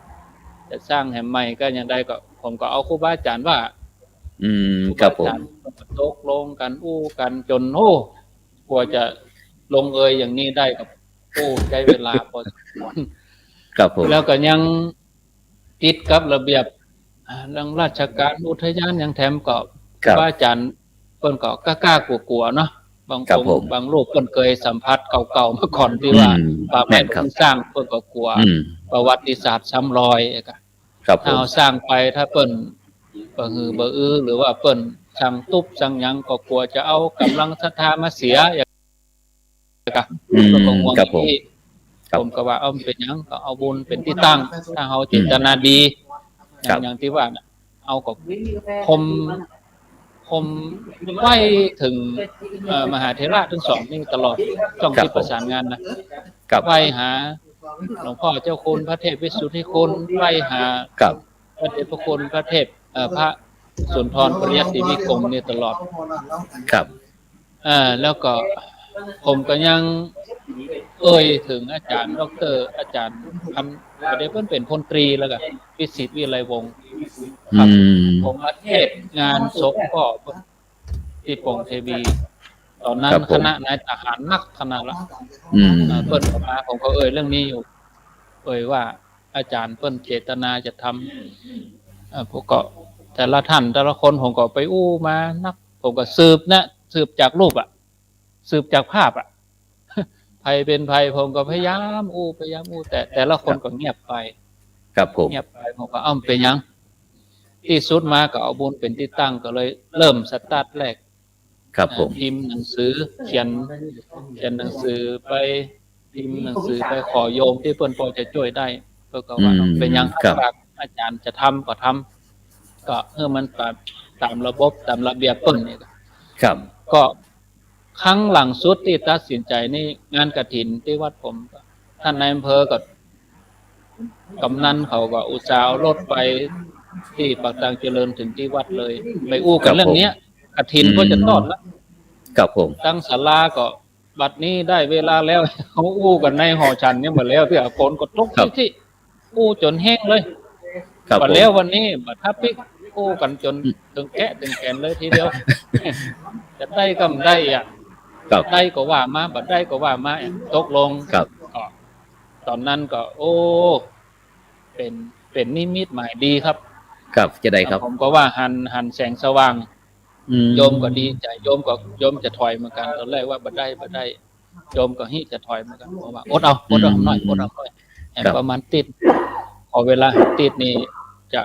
เอกสารหนังสือหนังหาก็คงจะเรียบร้อยครับ อืม ก็ตั้ง ครับ เรียนเป้าก็ท่านพระครูเลขาก็ดำเนินเรื่องหนังสืออย่างไปท่านเจ้าห ครั น้า บผม ตำบลอย่างเซ็นกำนันไปนอกไปในเสร็จเรียบร้อย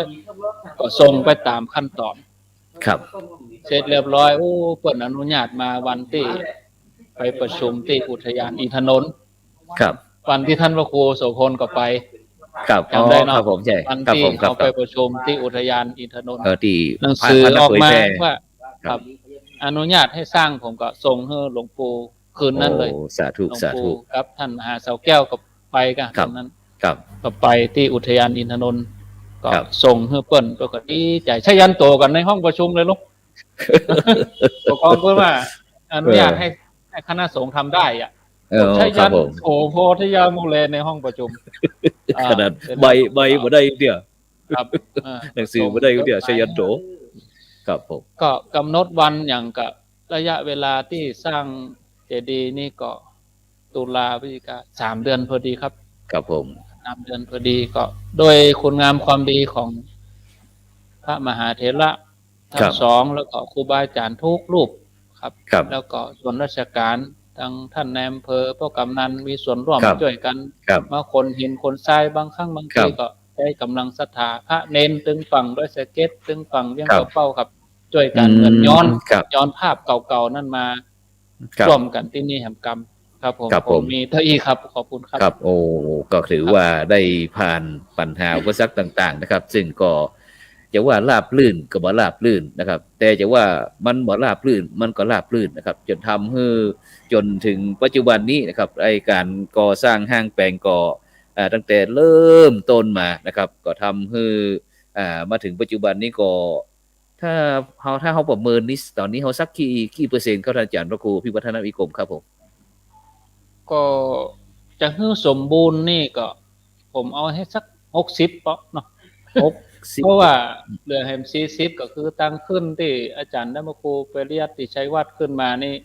ขั้นใดมัน ครั เนาะ บ ยังจังหวะบ่ได้ อ๋อ คนเท่าไปผลเลิศหลายเตือนแล้วเหมือนกัน ครับ ครับ มีแขนงงานเพิ่มเติมแหม ครับ คือมัน ครับ เขาจุดตัดนี่แล้วมันแตกออกไปเหมือนความคิดเขาอ่ะ ครับ เอา ผม มันนั่งนี่อันนี้แล้วเขาก็ อืม ความคิดเขาแตก ครับ แตก เพื่อ มองได้สองมุมอาจาร ครับ ย์ เพื่อความสมบูรณ์เนาะ ครับ อื มองได้ ครับผ สอง ครับ มุมหนึ่งนะมุมหนึ่ง ครับผม เปิ้นก็จะว่า จะไปแย่อย่างล่ำเหลือตีอีกก็พอ อืม นะ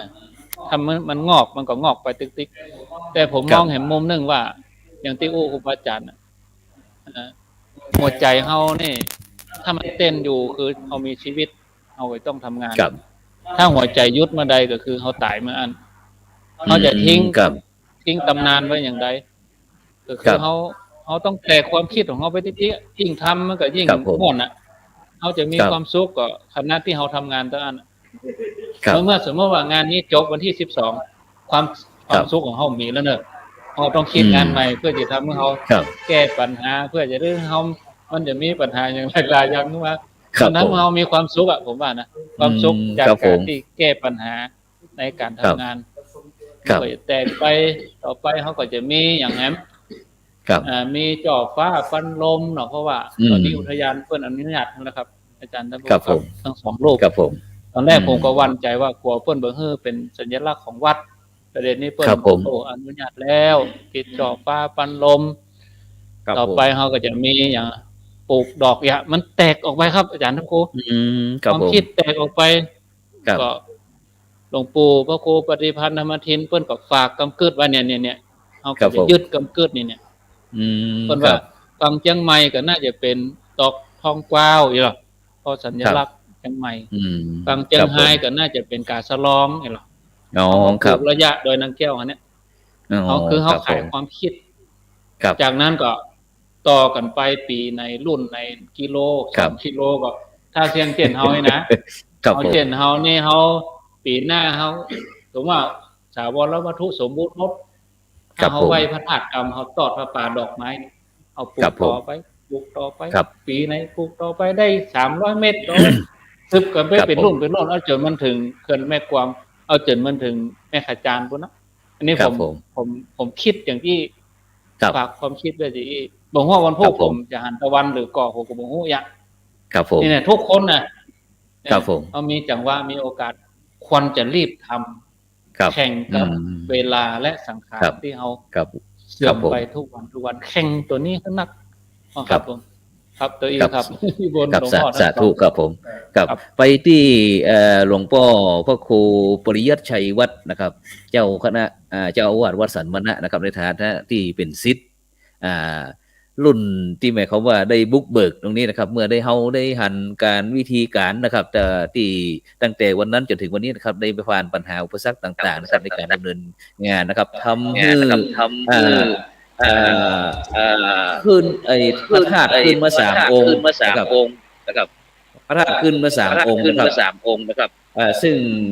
ตรงเนี้ยมีความประทับใจในตนตัวนะครับของเจ้าคุณอาจารย์พระสุนทรปริยัติกรมยังไงครับในฐานะที่ในปัจจุบันตั้งแต่วันนั้นอาจจะชอบพ่องว่าชอบพ่องว่าหลวงพ่อเจ้าคุณได้มาลุยงานนะครับ เพราะว่าหันบอกว่าต้องฝุ่นดินแดงเดินโดยหนทางนี่โอ้ขนาดนักนะครับหัวแดงมดนะครับขึ้นมานี่เป็นบางตีบางคราวก็มีสะพานต้องไปเดินยืนรอข้างหน้าแหมครับเพราะว่ารถไม่สามารถจะไปได้ครับฉะนั้นในฐานะที่เป็นศิษย์ที่ใกล้ชิดอยู่ในงานตอนนี้นะครับนิมนต์ท่านอาจารย์ได้พูดถึงความประทับใจครับผม ครับขอไหว้สาครูบาอาจารย์แห่งครั้งหนึ่งแล้วก็ขอถือโอกาสนี้ได้ขอบคุณท่านพระครูอภิวัฒนวิกรมตะกี้เปิ้นเปรียบตัวเก่าว่าเป็นน็อตตัวเดียวผมประใจแล้วครับรถกันนั่นน็อตทุกตัวเป็นของอาจารย์บรรยงหมดครับบปอยังเป็นพวงมาลัยแฮมครับ ผมในฐานะที่ความจริงเปิ้นก็เป็นคนเวียงปะเป้านะครับ ครับผม เป็นคนเวียงปะเป้าผมก็เป็นคนเวียงเป้าเป็นอ้ายเปิ้นหลายปีมาโหมาทราบกิตติศัพท์เปิ้นโอ้เปิ้นเป็นพระที่มีความสามารถการเปิ้นได้มากึดเนี่ยครับบอกว่าพระสงฆ์องค์ใดในเวียงปะเป้าชื่นชมครับผมก็ขอถือโอกาสขอบพระคุณท่านพระครูนะครับที่ได้ ครับผม มา เช่นเดียวกั เป็น น ครับ เก้าเป็นกันมากึดถ้าบ่มีท่านพระครูก็คงบ่มีแล้วครับ เดิมที่เขานั่งกันอยู่นี่เขาจะสร้างถาดครับ ได้ใจเงินไปหลายหมื่นแต่ว่าย่าไปก็มีการเตือนจากอุทยานเปิ้นว่าบ่คือสร้างเตื้อเพราะว่าเปิ้นกลัวว่าเจ้านายผ่านไปผ่านมาเปิ้นมาปะคนนั่นคนนี้เปิ้นจะมีปัญหาก็เลยหยุดชะงักครับ ครับ ถ้าสร้างก็คงจะบ่ฮู้ว่าจะเป็นรูปแบบใดนะครับ อาจจะเป็นเจดีย์แบบเอาขึ้นเอากันเองหรือว่ารูปแบบตีใดตีหนึ่งคงบ่เป็นอย่างอี้นะครับ ก็อาจจะเป็นเพราะว่าเปิ้นอาจจะมีอย่างมาดนใจฮือเนาะครับเนาะรอจังหวะรอเจ้าของมาขึ้นก็สำหรับเรื่องราวย้อนหลังไปผมก็ขอเอ่ยแหมน้อยตะกี้ผมถ้าเป็นพระน้อยเนี่ยผมจะเขียนตัวเก่าครับบ่เดียวใหญ่อาย บ่ได้ครับ จำชื่ออันเจ้าคณะอำเภอบ่ได้พระครูพิสารนครคิดเปิ้นเป็นอุปชฌาย์บวชเนรให้ผมครับแล้วตอนนั้นท่านอาจารย์เจ้าคุณวัดปะงิ้วเนี่ยก็คือพระครูสุตตะธนวัฒน์ ชื่อเปิ่นเดิมนะพระครูสุตตธนวัตรแล้วต่อมาได้เป็นนั่นเจ้าคุณประมาณปี3 ปลายครับ ได้เป็นเจ้าคุณจ้านสามัญเขาเนี่ยนะครับ ครับ ก็ตอนที่ผมเข้ามาตอนนั้นนึกไปตะกี้ว่า ก็มาด้วยความลำบาก เอารถปั้มเล็กอะครับ เป็นของสถาบันปะยิ้วหลังรถเนี่ยมันต้องอู้ถึงถ้าเปิ้นปั้มเนี่ย เกิดว่าไปกดตัวได้หนึ่งมันคงจะง่ายหลังเจ็บกันนักพันเอ็นนั่นครับแล้วก็ห่อเข้ามาครับ เวลาบรรยากาศห่อเข้ามา เมื่อห่อเข้ามาถึงก็ถึงเวลาฉันก็ฉัน แต่มันหนักครับ เน้นไว้ขนาดนั้นกินได้อิ่มพ่องบ่อิ่มพ่อง มีอยู่ครั้งหนึ่งจำไม่ได้บำเป็นวันตอนไหนนะครับ ก็เลยไปเอวตีเจ้าแม่นางแก้วหันเปิ้นมาบนมาอย่างสักอย่างเนี่ย มีอาหารข้าวหวานเป็นผลไม้หลากไม้เปิ้นจุดถูกบอกนะครับเนาะเสร็จแล้วเปิ้นก็ปิกบอกกองเปิ้นรับหลังนะครับ ผมเนี่ยแหละนำไป แม่อาตมาหิวข้าวกินข้าวบ่อิ่มหิวขอผลไม้หลากไม้ครับตอนนั้นมันบักไก่นะครับนั่นครับ อันนี้คือเราย้อนหลัง การมาทำงานในยุคนั้นก็ในฐานะที่ว่าเขาเป็นลูกศิษย์เปิ้นพระอาจารย์นี่จะถ้าบ่เฮียนนะครับยุดเวลาเฮียนเนี่ย วันยุดเปิ้นก็จะพาลูกศิษย์ลูกหามากันนักครับ เน้นใหญ่เน้นน้อยที่มีพละกำลังแต่ก่อนบริเวณนี้มันบ่ใจอย่างอี้ครับเป็นใบหินเป็นนั่นเป็นนี่บ่เปียงครับภูเขาช่วยกันขุดแล้วเกลียช่วยกันเคลียร์กันขุดแล้วท่านอาจารย์เองเนี่ยเป็นพระที่นักพัฒนาเปิ้นใจลูกศิษย์เปิ้นก็แย่ครับผมเขานี่ต้องแย่ตามเปิ้นถึงเวลากลับเปิ้นก็คือกลับก็ใช้เวลาอยู่หลายวันหลายเดือนนะครับกว่าที่จะมาถึงจนนี่ตลอดถึงแปลงศาลาอย่างมาช่วยกันครับไผที่เก่งในการก่อกาฉาบกาก็คือแย่ไปผมเขามีประเภทเดียวครับช่วยเป็นผู้ช่วยยกไม้พ่องครับสมปูนพ่องแบกปูนพ่องครับ อันนี้ก็คือถ้าอู้ถึงความประทับใจก็คือดีใจครับที่เปิ้นได้มาขึ้นมาสร้างที่นี่ไว้เป็นสมบัติของตึงมดตึงมวนนะครับใบใจของเบี้ยงปะเป้าใบใจของตีใดตีหนึ่งเป็นของตึงมดนะครับทั้ง2อำเภอถึงทั่วโลกก็แล้วกัน เพราะว่าสถานที่นี้นะครับต่อไปก็คงจะเป็นที่หู้จักเพราะผมไปเปิดเว็บไซต์ตะกี้นะครับเปิดก็มีการลงรายละเอียดบางสิ่งบางอย่างผมภูมิใจตะกี้ผมเอาประวัติของเจ้าแม่นางแก้วมาก็ได้รับรู้ว่ามันเป็นเจ้าอี้ลูแต่ว่าศาลเจ้าแม่นางแก้วไว้อู้วันพูกว่าเป็นสร้างกันเป็นได้ก็บ่ปรากฏหลักฐานแต่อันนี้สร้างเนี่ยตามที่ผมได้อู้ไว้ตะกี้ประมาณ2,020ครับครับผมซาวครับฉะนั้นก็มีความประทับใจนี่ไอ้ตัวของท่านอาจารย์เจ้าคุณอาจารย์นะครับครับ เรื่องความประทับใจนี่ก็คือปลื้มใจครับแล้วก็ภูมิใจในความที่เปิดได้มาขึ้นแล้วก็ความเป็นลูกศิษย์และมีโอกาสได้มีส่วนร่วมตั้งแต่ต้นแต่ระยะหลังผมบ่มีโอกาสได้มาสักตัวใดครับก็เนื่องโดยสุขภาพตัวหลายอย่างนะครับเนาะแต่ว่าเมื่อมีการเก็บเสียหรือการช่วยยังก็จักจวนศรัทธามาตลอดครับก็เวลามีประเพณีก็หัวหนึ่งนักอย่างที่ว่าครับเอาหัวหนึ่งมาคือแม่บ้านเนี่ยมาเรือสักปีครับหัวหนึ่งลำครับครับตอนนั้นเอาหัวหนึ่งมาปีต่อไปถ้ามีโอกาสก็คงได้จิ้มเหมือนกันนะครับได้ฉันหัวหนึ่งนะครับครับผมจะรอครับจะรอฉันนะครับไปที่อาจารย์พระครูชลทานพิทักษ์นะครับในฐานะเป็นศิษย์เอกนะครับเป็นสถาปนิกแล้วก็สถาปนิกนะครับของพระเดชพระคุณหลวงพ่อพระเทพวิสุทธิคุณนะครับกุศลกันทวโรนะครับอดีตเจ้าคณะจังหวัดเชียงใหม่อดีตที่ปรึกษาเจ้าคณะจังหวัดเชียงใหม่นะครับซึ่งหลวงพ่อนั้นนะครับได้สร้างผลงานนักหนาป้านะครับใจทุกคนนะครับที่พระเนนทุกรูปนะครับที่มาอยู่กับหลวงพ่อแล้วรับประกันครับว่าทุกคนจะต้องมีคุณค่าในตัวด้วยนะครับฉะนั้นในฐานะที่ท่านอาจารย์พระครูชลทานพิทักษ์นะครับซึ่งถือว่า เป็นพระบ้านนอกครับอยู่ที่ดอยสะเก็ดนะครับกว่าจะเข้าไปในเมืองที่วัดปุ๊บปาที่ประตูตาเปนั้นเรื่องยากครับฉะนั้นที่เฮาได้เข้าไปนะครับตั้งแต่เป็นพระเนนเถรน้อยเข้าไปเนี่ยรู้สึกว่ามีความประทับใจในตัวท่านอาจารย์เจ้าคุณพระเทพวิสุทธิคุณได้จะได้ว่าเนี่ยที่เปิ้นได้อู้จนมาก่อสร้างห้างแปลงไว้ให้หมู่เฮาได้สามารถที่มาต่อยอดนะครับการนิมนต์ครับผมครับไว้สาจุโดนจุองค์แห่งปลอบนะครับความประทับใจในปฏิปทาของหลวงพ่อก็คือว่าเวลาหลวงพ่อจะทำอย่างเนี้ยหลวงพ่อจะทำด้วยความตั้งใจครับที่แน่ๆคือหลวงพ่อใจคนเป็นใจคนเป็นครับใจคนเป็นหมายความว่าคนใดจ้างอันใดฮือใจไปทางนั้นครับแรกๆผมก็บ่เข้าใจหลวงพ่อว่าเป็นได้ต้องใจผมไปอบรมอย่างเดียวสัมมนาอย่างเดียวมาล้างจังเฮาก็ไอ้เนาะครับอย่างก็ไปที่แรกผมก็ว่าอย่าบ่ไปผมก็เลยบอกว่าบ่ฮู้ตี้ผมบ่ฮู้ตี้ครับเพิ่นก็เลยเอามือนิ้วจี้ปากเพิ่นหนทางไม่ดีตุ๊กก็กลัวมันหยังอันอื่นก็ว่ากันไม่รู้อย่างที่ผมเล่าแต่คืนแล้วออกทางวิทยุแล้วกับแล้วทีนี้เมื่อปี2525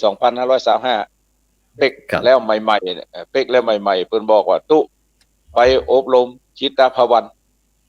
ไปเรียนรู้สัก3 เดือนครับโอ้ไปด้วยความลำบากลำบนด้วยความบ่ฮู้ตี้ขึ้นรถไหนไปลงไหนต้องถามเขาว่าไปลงไหนไปหลงฮู้จักกิตี้ล่ำจิตภาวันไปลงแถวพัทยาเหนือครับรถพลิกมาแหมกว่าจะเสาะหาพระเห็นว่าตอนอยู่ในนั่นน่ะอย่างมาตุกแต่ตุกว่าบางตนไปได้3 วันผมพลิกเพราะความตุกบางตนไปได้เกินเดือนหนีพลิกผมจะพลิกใครพลิกตึกก็กลัวหลวงพ่อด่าหัวด่าส่งไปพลิกมาเนี่ยอย่างกลัวเพิ่นว่าก็เลยต้องอยู่ในหั่นนี่เหมือนกับบ่ได้อีกสักอย่างครับพอพลิกมาละเสร็จเห็นว่าในหั่นเพิ่นสอนกูยังครับสอนกูยัง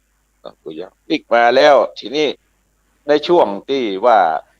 หลวงพ่อได้มาช่วยกันกึดล่ำตำสร้างเนี่ยในปี2520ที่เพิ่นสร้างศาลาที่อาจารย์หลวงพ่อพระครูปริยัติชัยวัฒน์ว่าตะกี้ใช้เวลา4 ปีนะ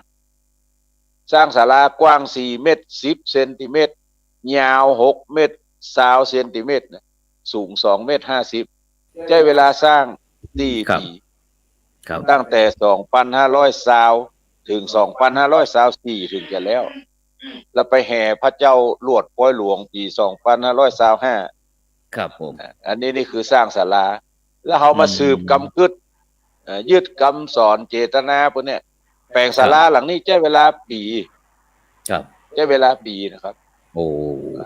ก็ต้องย้อนไปคิดที่หลวงพ่อพระครูปริยัติชัยวัฒน์ว่าตะกี้ว่ามันทุกข์ยากขนาดไหนครับ4 ปีแปลงศาลากว้างต่ออันเนี่ยไม่ต้องขนมาต้องใจแหงพระเนรถึงหมดแต่มารุ่นเฮานี่สบายครับขึ้นมาได้ก็เอากว้านเอามอเตอร์ดึงขึ้นมาเนี่ยสบายแล้วครับอันนี้นี่ถ้าทำอย่างนี้แล้วถามว่าแล้วมันใช้เวลากี่ปีประเพณีที่พัวหอนึ่งมาเนี่ยหลวงพ่อพัวหอนึ่งขึ้นมาจุ่มนี่นะใช้เวลาอยู่39 ปีนะครับจนถึงปีนี้39 ปีละวันเข้าพรรษาพัวหอนึ่งขึ้นมาวันเข้าพรรษาพัวหอนึ่งขึ้นมาถ้าผมจำบ่ผิดมันน่าจะเป็นปี2527ปีนั้นเอาหนานเคลื่อนเดินเมืองมาเป็นโฆษกคนบ่หอมต้องหอมอาจารย์ครับผมหนานเคลื่อนนี่ถ้าไผบ่หอมซอห้ำพี่น้องเสียลายแต่งตัวจะดีเสียทีบ่หอมสักบาทจะไปได้ไหว้บ่หอมแล้วครับครับผมโอ้ใจเวลานักปีนั้นได้เงินอยู่ 40,000 ปลายอ๋อครับผมหลวงพ่อเจ้าคุณมหาทรัพย์ผมจำมาได้ว่าเป็นตุ้ลุงตนใดหลวงพ่อบอกว่าปุ๊จกตังค์ให้มันไปเลย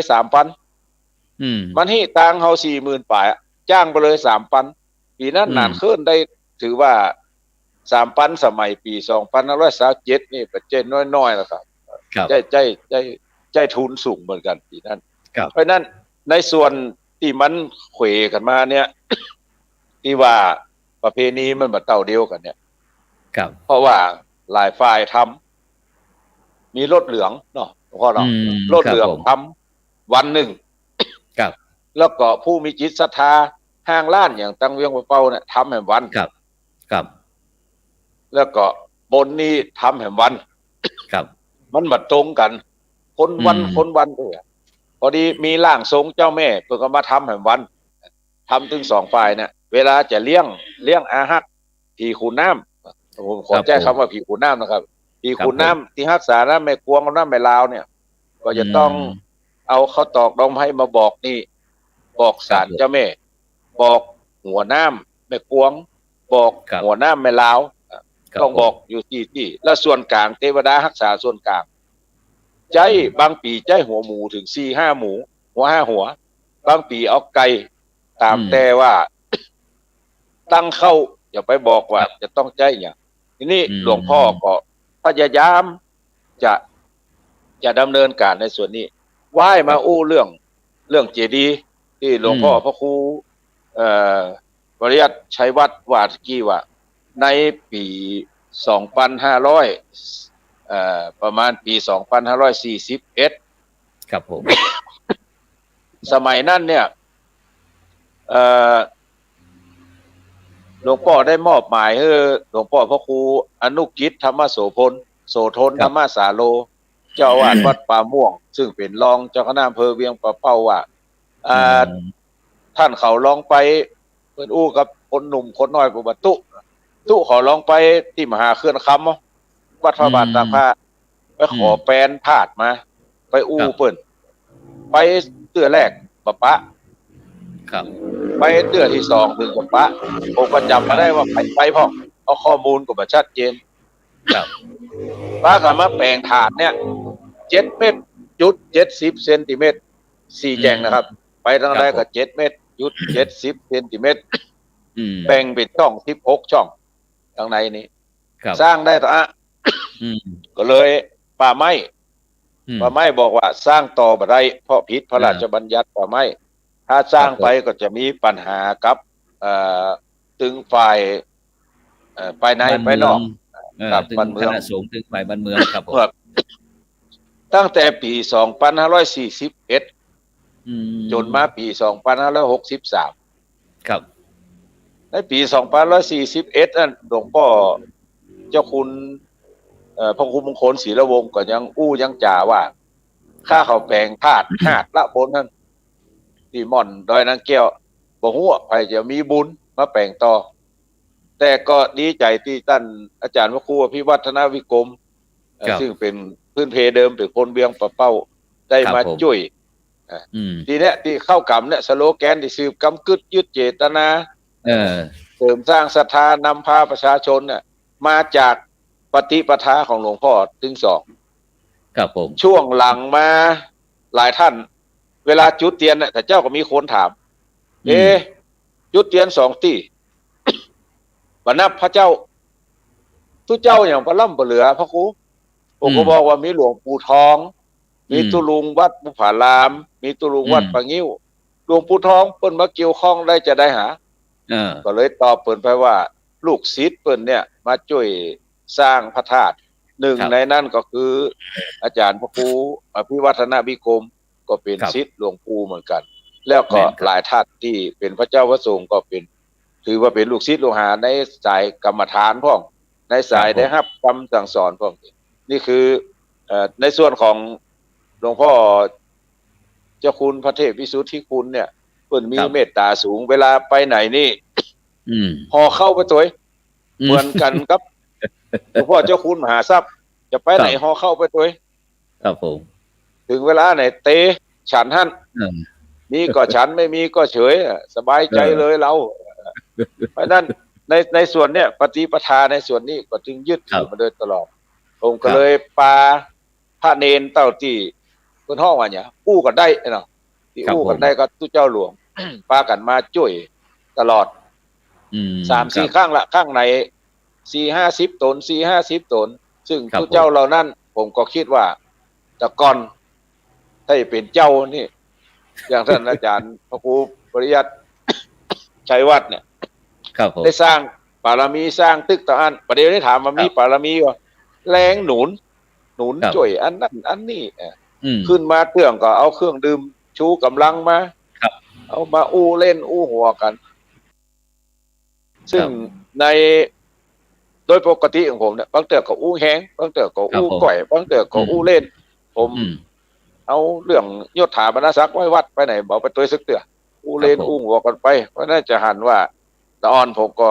ห่อแห่ตัวคนใหญ่ผมก็ห่อแห่ตัวแต่เวลาด่ากันด่าหน้าชื่อเหมือนกันบางเตือต้องโดนครูบาอาจารย์เบรกหลายเตือเหมือนกันนี่คือความประทับใจในปฏิปทาของหลวงพ่อหลวงปู่ทั้งสองครับเอาไว้ตีอีกครับครับสาธุครับผมไปที่ท่านอาจารย์พระครูพิวัฒนวิกรมนะครับเมื่อกี้ที่พูดถึงเรื่องการออกแปลนนะครับเพราะว่าได้รับคำชมนะครับจากบรรดาพี่น้องนะครับที่ได้มาร่วมการร่วมงานแล้วก็ไอ้ผู้ที่ติดตามเป็น FC ที่ตั้งขึ้น 104.50 เมกะเฮิรตซ์ของเฮาการวิทยุเครือข่ายขึ้นสีขาวกันนะครับเพิ่นชมมาขนาดนักว่าไผเนาะนะครับจังคิดได้วิจิตรพิสดารในขนาดนี้สวยงามจริงๆครับอาจารย์ครับเป็นจะได้ครับแปลนที่การออกรูปแบบพระธาตุครับผมครับคิดร่วมกันครับคือบางเตื้อก็นั่งยองเยาะบางตนก็ยืนก็เอาไม้มาขีดเต็มขี้ดินครับผมมาขีดกันมาบางวันก็ประเดี๋ยวมันยุคทันสมัยเนาะครับผมเอาเมียกเขาก็เอาปากกามาขีดแล้วก็ส่งลายให้กันเนี่ยครับผมตั้งไว้ที่นี่บ่นั่นตั้งไว้ที่นี่บ่ครับก็เก้าบางทีเก้าแรกนี่เกาะแปลง2 องค์ต้านคือโดยสุเทพ1โดยตุง1ต้านครับมันพลิกจะได้ครับมันถึงเป็น3 องค์เพราะว่าคำว่าจำลองก็คือบ่ใจของแท้ครับผมแม่นครับเอาจำลองของเพิ่นมาครูบาอาจารย์ก็ยังคิดละเอียดไปกว่านั้นว่าเขาจะต้องไปเอาดินไปเอาดินโดยตุงมาอย่างก้อนดินกีมาอย่างโง่ดินไม่โง่ดินกีอย่างขึ้นขนาดนั้นเอามาเป็นเจือพี่น้องไปกันมาดินกีมาทีนี้ก็หลวงพ่อโดยตุงเพิ่นมาเพิ่นก็ว่าโดยตุงเอาไปสร้างที่ไหนต้องมี2กันนั้นครูบาอาจารย์ก็ตกใจโอ้เนี่ยได้อาจารย์มาโยงเจ้าภาพเพิ่นรับเพียงแค่2แต่เฮามาเพิ่ม1ก็เกณฑ์ใจโยกเนี่ยเนาะโคกบัลลังก์จะงบประมาณเพิ่มอีกเนาะถ้าเฮาไปขอเพิ่มเพื่อจะถอยบ่ได้ถึง2ถึง3ใหญ่ดีที่เฮาว่างตั้งกลางไว้อีหรอกกึดกันนี่นะเฮาว่างตั้งกลางไว้เหียแล้วก็เฮาก็แปลงตามที่โยมเพิ่นรับนั่นแหละตามพระครูชนหลวงพ่อพระครูปฏิพันธ์เพิ่นก็ว่าอย่างนั้นผมก็มีปัญหาได้ก็เขาก็แปลงไปแล้วกันนี่เขาก็ละฐานไว้เนี้ยถ้ามีใครมาถามว่าตั้งกลางว่างยังรอเจ้าภาพถ้าสมมติว่าอย่างวันโคกนี่นะอย่างงานวันที่12ถ้าว่าองค์กลางนี่บ่มีนะอาจารย์ครับผมถ้าใครมาถามว่าตั้งกลางโล่งไว้ยังเขาก็อย่าบอกว่าพอทั้งพวกนั้นหันหน้าพระเองค่ะแต่งห้องพวกนั้นหันหน้าพระดังนี้ก็หันลายพุ้นอะไรทีนี้ก็วันใดเนี่ยวันที่เขานัดโยมมาเหมือนกันว่าศาลามาตีพังนะผมเขาก็ย่ำกล้าบอกโยมเถอะว่าหลวงพ่อโดยตรงว่าอยากจะได้2ก็ย่ำกล้าบอกโยมตีพังเป็น2 องค์เท่านั้น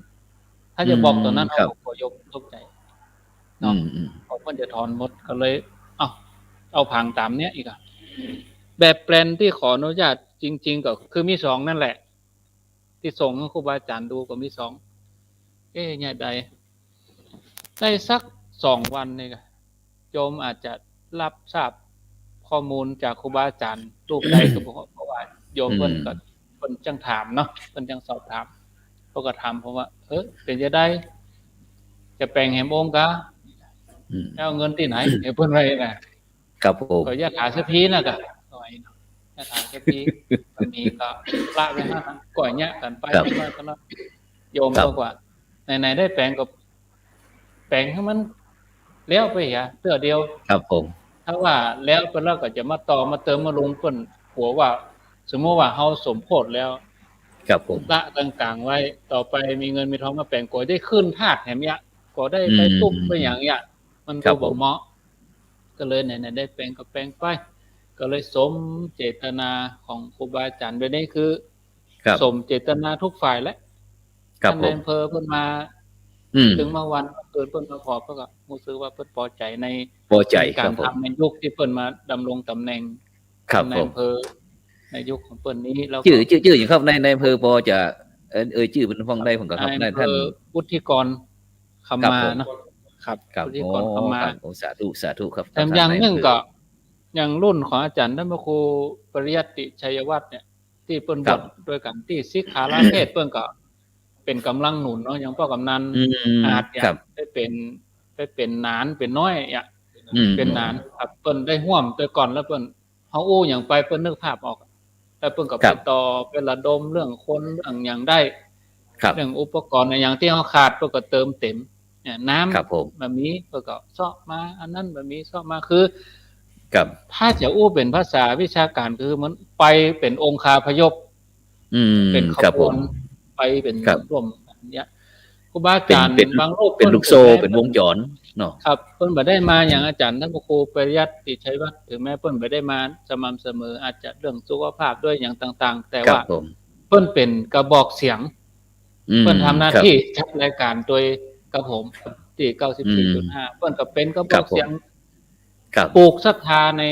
ในคลื่นตลอด อ๋อ จุด ครั ป บ ระ ผม กายศรัทธา ครับ อู้เรื่องราวที่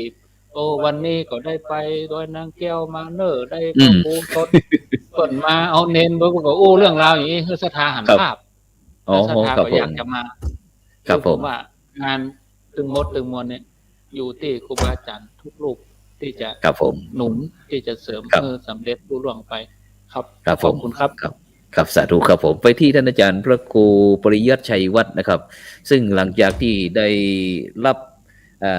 การถ่ายทอดเจตนารมณ์นะครับจากหลวงพ่อเจ้าคุณพระสุนทรปริยัติกรมแล้วนะครับ หลังจากที่เขาได้เป็นพระเท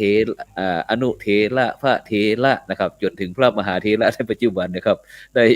สืบสานหีดหอยอยู่ได้พร้อมกับในการที่ได้รับการถ่ายทอดวิทยายุทธนะครับได้ไปก่อสร้างห้างแปลงยังหลวงพ่อพร้อมกับครับมีก็ได้ทำสาธารณประโยชน์อย่างนี้ครับเกิดมีก็ครับ สำหรับผมได้มีโอกาสไปอยู่หลายที่หลายแห่ง ครับผม แต่ด้วยความประทับใจที่มีต่อครูบาอาจารย์เรานั่นผมยกให้อาจารย์ผมเจ้าท่าน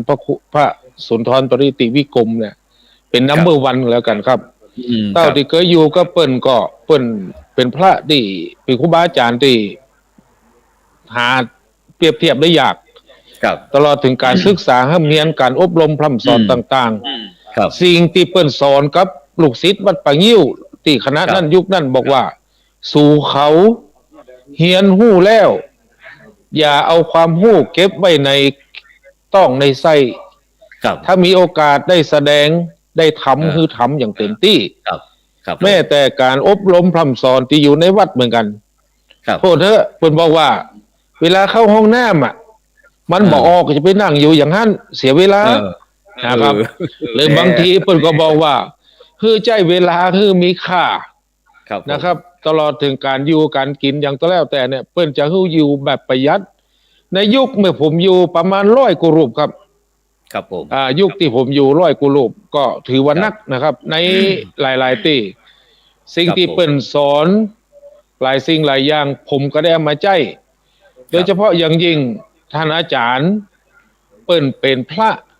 นักเทศน์ชื่อดังที่สุดในยุคนั้นนะครับเนาะ ครับผม ผมถึงวันนี้ก็มานึกถึงว่าเขาจะเอาอย่างมาจากอาจารย์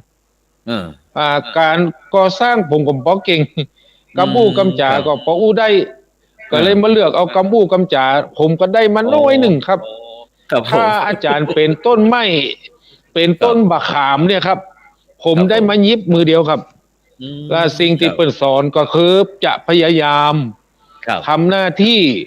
ครับ ความเป็นพระสงฆ์องค์เจ้าให้ดีที่สุดโดยเฉพาะอย่างยิ่งการได้มาสืบเจตนา เหมือนกับท่านพระครูทั้งสองได้อุตะกี้ผม ครับ ประทับใจเปิ้นหู้กว่าผมนัก โดยท่านพระครูชลทานเนี่ยเปิ้นหู้รายละเอียดมากครับโอ้ยอมมากจริงๆครับเปิ้นไปเก็บรายละเอียดที่ไหนมาก็มั่วเพราะนั้นผมเป็นลูกศิษย์ถึงสองเพราะท่านนะครับบ่มีรายละเอียดนักครับ ก็ต้องขอขอบพระคุณนะครับท่านพระครูชลทานตัว ครับตีได้อู้เรื่องราวดีๆของครูบาอาจารย์ทั้งสองทั้งพระครูพิสารนครกิจแล้วก็ท่านพระครูท่านพระสุนทรปริติวิกรมหรือพระเดชพระคุณหลวงพ่อเนี่ยครับเปิ้นได้มอบหลายสิ่งหลายอย่างแต่ละลูกศิษย์แต่ละคนนี่ก็ได้เหมือนกันหมดตีได้จากบางคนก็เก่งในการทำงานบางคนก็เก่งในกำอู้กำจ๋าเสียดายหลายรูปครับที่ซึกไปเนี่ยหลายคนที่ซึกไว้เนี่ยเป็นนักอู้ครับนักอู้นักเตะเมื่อเป็นไม่เป็นตู้เจ้าผมไปนั่งพอเหมือนผ่านปีอู้ผมก็ใครอู้ตัวเหมือนเปิ้นไอ้อู้ครับผมบ่มีโอกาสครับปกติท่านอาจารย์เนี่ยเปิ้นจะออกเดินดงไปนอนที่ไหนก็เอาลูกศิษย์อู้ผมก็เจอเหมือนกันแต่บัดได้อู้สั่งว่าเน้นต้องไปเตรียมตัวอู้บึดปรากฏว่าฝนมันตกผมก็เลยหมดโอกาสครับเลยว่าอู้ถ้าเปิ้นอู้ถ้าอู้ดีเปิ้นก็ยกย่องอู้บัดดีก็เอาต่อหน้าครับเพื่อให้ลูกศิษย์เข้มแข็งหลายอย่างท่านพระครูชนประธานว่าเนี่ยเปิ้นเฮ้ยอย่างมาข้างเขาต้านครับแค่เนี้ยแต่มานึกถึงปัจจุบันเนี่ยโอ้เสียดายครับเสียดายโอกาสครับฉะนั้นสิ่งที่ขอสอบถามน้อยหนึ่งครับเกี่ยวกับที่ว่าในฐานะที่เป็นเจ้าอาวาสวัดสันมณะนะครับอันตำบลแม่เจดีย์อำเภอเวียงป่าเป้าจังหวัดเชียงรายเขาเนี่ยตอนนี้ที่วัดของเขานะครับมีกิจกรรมในท้องที่ก็จะเดินตามห้อยหลวงพ่อนะครับพ่อเจ้าคุณก็ตอนนี้ที่ผมทำก็คือจัดรายการวิทยุเหมือนกับหลวงพ่อที่จัดสมัยก่อนเนี่ยเปิ้นจะใจเทปแบบเป็นม้วนครับผมเปิ้นไปจัดในห้องเนี่ยพัดลมก็มีห้อนก็ห้อนแล้วเปิ้นสามารถอู้ได้โดยที่บ่มีคำว่าติดขัดเปิ้นเป็นนักอู้แท้ครับแล้วก็ผมก็ได้สิ่งนี้มาอย่างอื่นก็งานอย่างอื่นผมก็ได้พ่องบ่ได้พ่องนะเพราะหลวงพ่อนี่เป็นสร้างคนโดยเฉพาะสร้างให้เป็นมหาปรริญญาที่ได้ประสบความสำเร็จก็ขอถือโอกาสนี้เป็นอธิบดีกรมการศาสนาคนที่ได้เป็นปรริญญาคนที่2ชื่อชมัทธารใจครับอันนี้เป็นลูกศิษย์ปังยิ้วครับแล้วก็ปัจจุบันนี้ก็อยู่ที่วัดตาตอนเป็นได้สมณศักดิ์เป็นเจ้าคุณจันราชพระครูเจ้าพระอย่างก็เจ้าคุณปัญญาเวทีครับผมนะครับแล้วก็เป็นรองเจ้าคณะจังหวัดที่นครศรีธรรมนครราชสีมาอันนี้ก็เป็นรองจังหวัดนะครับเป็นคนอีสานครับไปเรียนที่วัดป่างิ้วนอกจากนั้นก็เป็นตำรวจเป็นทหารนะครับนักพอสมควรแล้วเป็นตู้เจ้านี่ยังเหลืออยู่มันแรงนี่อู้ก็ไผที่กรมไหนครับที่อู้ต่อโทรศัพท์อู้กันนะครับที่ว่าประโยชน์เรียนทำเข้าประโยชน์ที่วัดป่างิ้วอ๋อนั่นคือคุณประภาส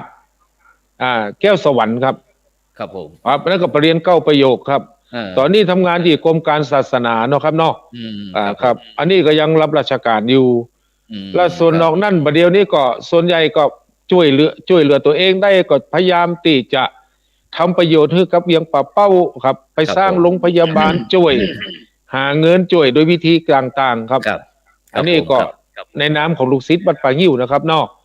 ครับอย่างร้อยนางแก้วนี่วันที่12ก็จะมากันครับก็จะร่วมเดินทางมาร่วมกันครับจากนั้นก็ช่วยประชาสัมพันธ์ด้วยนะครับครับผม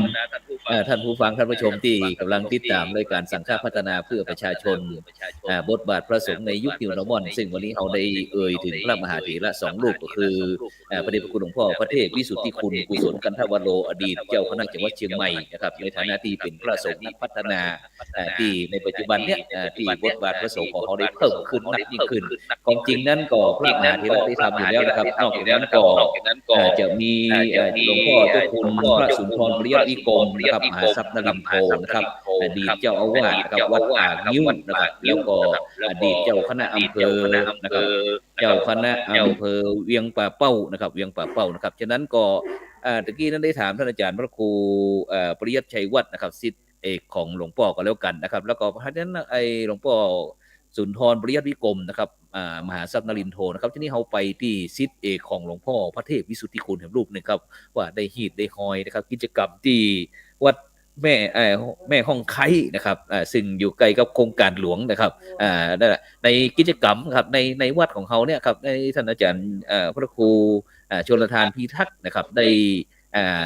ทำกิจกรรมอย่างพ้องครับในช่วงนี้ครับที่วัดของเฮาครับผม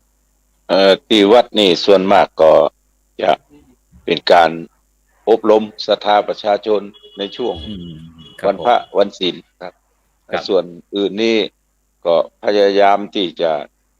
ช่วยเหลือเวลาชาวบ้านประสบปัญหาอย่างต่างๆอย่างในยุคปัจจุบันเนี่ยครับที่มีโลกสมัยใหม่เข้ามาเนี่ยบางทีก็อยู่ต่างตำบลอยู่ต่างอำเภอมีอันใดก็เอาไปฮื้อเพราะว่าถ้าจะรอหน่วยงานราชการเนี่ยหลวงพ่อพระเทพวิสุทธิคุณได้กล่าวไว้ว่าถ้ารอราชการเนี่ยบาทหนึ่งหมายถึงว่าบาทหนึ่งแสนหนึ่งล้านหนึ่งก็จะต้องทำดีกาทุกอย่างแล้วกลัวเงินจะออกมาศรัทธาตายก่อนละบอกกลัวเงินจะออกมาศรัทธาตายก่อนเพราะนั้นมีอันใดหนึ่งมีพักไม่ใส่เครือก็เพื่อเอาไปช่วยเพิ่นครับผมดังนั้นปฏิปทาหลวงพ่อที่อย่างหนึ่งนี่คือเพิ่นจะเอาพักไม่ใส่เครือไปฮื้อชาวบ้านเอาสมมุติว่าเอาบะฟักไปฮื้อบ้านนี้แล้วเอาแก่นในบะฟักไปฮื้อบ้านเอาแก่นในมานูนไปฮื้อบ้านเพราะฉะนั้นในรถเพิ่นหรือในยามเพิ่นเนี่ยจะมีเม็ดพันธุ์พืชส่วนมากจะเป็นพักกระถินพักหนองเนี่ยเพราะนั้นเขาจึงฮ้องว่าตู้เจ้าเกษตรไปไหนก็จะอู้เรื่องพวกนี้พืชผักสวนครัวรั้วกินได้คำนี้มาจากหลวงพ่อนะครับมาจากหลวงพ่อพืชผักสวนครัวรั้วกินได้ครับมาจากหลวงพ่อเพราะนั้นที่เปิ้นอู้กันถึงเรื่องที่มาแปลงเนี่ย2 กรรมที่ผมจำได้เปิ้นว่าฮือร่วม5ร่วม1คือร่วมกันคิด2ร่วมกันตัดสินใจ3ร่วมกันแก้ไขปัญหา4ร่วมกันพัฒนาตรวจสอบและอันที่5คือร่วมกันรับผิดชอบสังคม4-5อย่างเนี่ยหลวงพ่อทั้ง2เนี่ยถึงเจ้าคุณมหาทรัพย์เจ้าคุณครูสนคันธวโรเนี่ยจะอู้กันตลอดโดยแจ้ลักษณ์นี่มี5ต้นก้นบ่ได้กับ5ร่วมเนี่ยเพิ่นจะอู้กันตลอดเพราะฉะนั้นปฏิปทาในส่วนเนี้ยที่มาทำเนี่ยที่ผมเป็นคนดอยสะเก็ดมาช่วยเหลือเฟือไฟทางเขตเชียงรายเวียงปะเป้าเนี่ยก็เพราะว่าใครสืบกำกึดสืบกำกึดยึดเจตนาสร้างศรัทธาเสริมสร้างศรัทธาแล้วก็นำพาประชาชนช่วยกันปกสร้างห้างแปลงเต้าที่จะทำได้ตะกี้อาจารย์พระครูพิวัฒนวิกรมว่าผมก็เป็นน็อตตัวหนึ่งในห้างถ้าท่านอาจารย์พระครูอภิวัฒนกรมเป็นน็อตเป็นครับผมเป็นน็อตตัวหนึ่งเนี่ยผมก็จะเป็นเศษเสี้ยวของน็อตแฮมตัวหนึ่งครับผมเพราะฉะนั้นถ้ามันอาศัยซึ่งกันและกันนะมันละกันมาได้ยังหลวงพ่อพระครูปริยัติชัยวัฒน์ว่าก็จะต้องถือลักที่หลวงพ่อห้างไว้เนี่ย5ร่วมกับ5ต้นนะครับเพราะนั้นก็ส่วนอื่นๆก็จะช่วยกันแก้ไขช่วยกันแปลงอันยังไปทีแรกศาลาหลังนี้ที่มันแม่ออกไปตั้งข้างนะครับนี่เป็นความคิดของหลวงพ่อพระครูเจ้าคณะอำเภอนะครับหลวงพ่อพระครูนิวิตศรีราชสังวรเพิ่นว่าตั้งข้างนี่มันน่าจะแปลงออกครับ1ฮื้อศรัทธาได้อยู่2ฮื้อผลซะตู้เขาว่าดีก็ผมก็จะเป็นได้ดีครับเมื่อดีแล้วก็ออกมาอย่างที่หันนะครับครับผมครับนี่คือช่วยกันคิดบางเทื่อมานั่งบ่มีอย่างเงี้ยก็มาขีดเคลียร์เอาไม้ให้อันมาขีดอย่างท่านอาจารย์พระครูพิวัฒน์ว่าตะเกียอันนี้แปลงเก้าอี้บ่อย่างเนี่ยระหว่างช่วงศาลากับฐานเจดีย์เนี่ยครับผมวัดไป10 รอบนะเอาไม้ไปปักไว้เอาไม้ไปปักไว้ว่าถ้าไผมาถามว่าไม้นี่ปักหยังก็บอกเพิ่นว่าอันนี้คือฐานเจดีย์ตึกเนี่ยหมอนั่นมาเอามาปักนี่เนี่ยทอดไปกว้างครับต้องวัดทำไมแล้วก็ใส่ครับนี่คือช่วยกันคิดช่วยกันตัดสินใจช่วยกันแก้ไขปัญหาบางเตื้อนี่ก็ถามว่าท่อก็นักแก่นะครับนักแก่ท่อเพราะหลายๆสิ่งหลายๆอย่างท่อเพราะว่าโดยเฉพาะคนที่บอกเข้าใจบ่มีอุดมการณ์เดียวกันแต่ผมก็ขึ้นมาช่วยทำนี่คือ1ปุจจากุลครับผมปุจจากุลของครูบาอาจารย์2ช่วยกันหาทุนทรัพย์ ถึงแม้มีสตางค์ก็ช่วยอู้หันอู้นี่ ครับ แล้วก็ ผม ช่วยกันรับมือปัญหาที่จะเกิดขึ้นเนี่ยอาจารย์ ครับผม พระครูพิวัตรว่าตะเกียมันเดียว ครับ กับ ผม มันอันนี้ก็เดียวกับมันติดอันนี้เนี่ยค ครั รู บ บาอาจารย์ต่อสู้กับธรรมชาติสิ่งแวดล้อม เร็วขึ้นมา ครับ ปีที่พุ่นหลวงพ่อเรา ครับผม ใช้เวลา70,000เขาก่อน ครับผม จะสืบทอดเจตนารมณ์ในส่วนนี้นะครับ ส่วนผมก็ ครับ เอาไว้ ผม แต่อีกก่อนนะครับ ครับสาธุครับนี่ก็อ่าพระไอมหาเถระครับทั้งสามรูปก็ได้สะท้อนนะครับในมุมมองที่ลูกศิษย์ลูกหานะครับในฐานะที่ได้เดินตามรอยคณะครูบาอาจารย์นะครับ คือสืบทอดกำกึดของคณะครูบาอาจารย์ที่ทำดีไว้คือลูกคือหลานเพื่อที่จะได้สร้างความสุขนะครับคือกับบรรดาพี่น้องชาวโลกนะครับ ซึ่งโดยเฉพาะนะครับซึ่งเราก็ได้ฟังนะครับได้ฟังตั้งลูกศิษย์ลูกหาเรียบร้อยแล้วต่อไปก็อยากจะให้ท่านอาจารย์พระครูอภิวัฒนวิกรมนะครับได้ฟังไ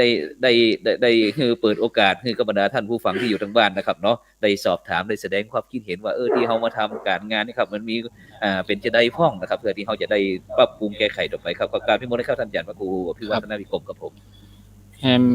15 นาทีนี่ครูบาอาจารย์ทั้งสองนี่จะได้อยู่จนจบเนาะ ครับก็ ในๆ นั่ง ในๆเนาะ ครับ อาจารย์ ครับนั่งเพื่อ หัวโลด ที่จะมี อาบน้ำ คนสอบถาม อีกไปวาดก็ตึ้มรับเลยนี่เพราะว่านะครับ ครับ ไป ผ ถึ ม งวาดก็อย่าไปนอนเปิดฟังวิทยุอยู่กะ ครับรับบทลงครับเพราะว่าวันนี้ได้มาอนุโมทนา ตื่เนาะโอ้ ครับผม ครับ ก็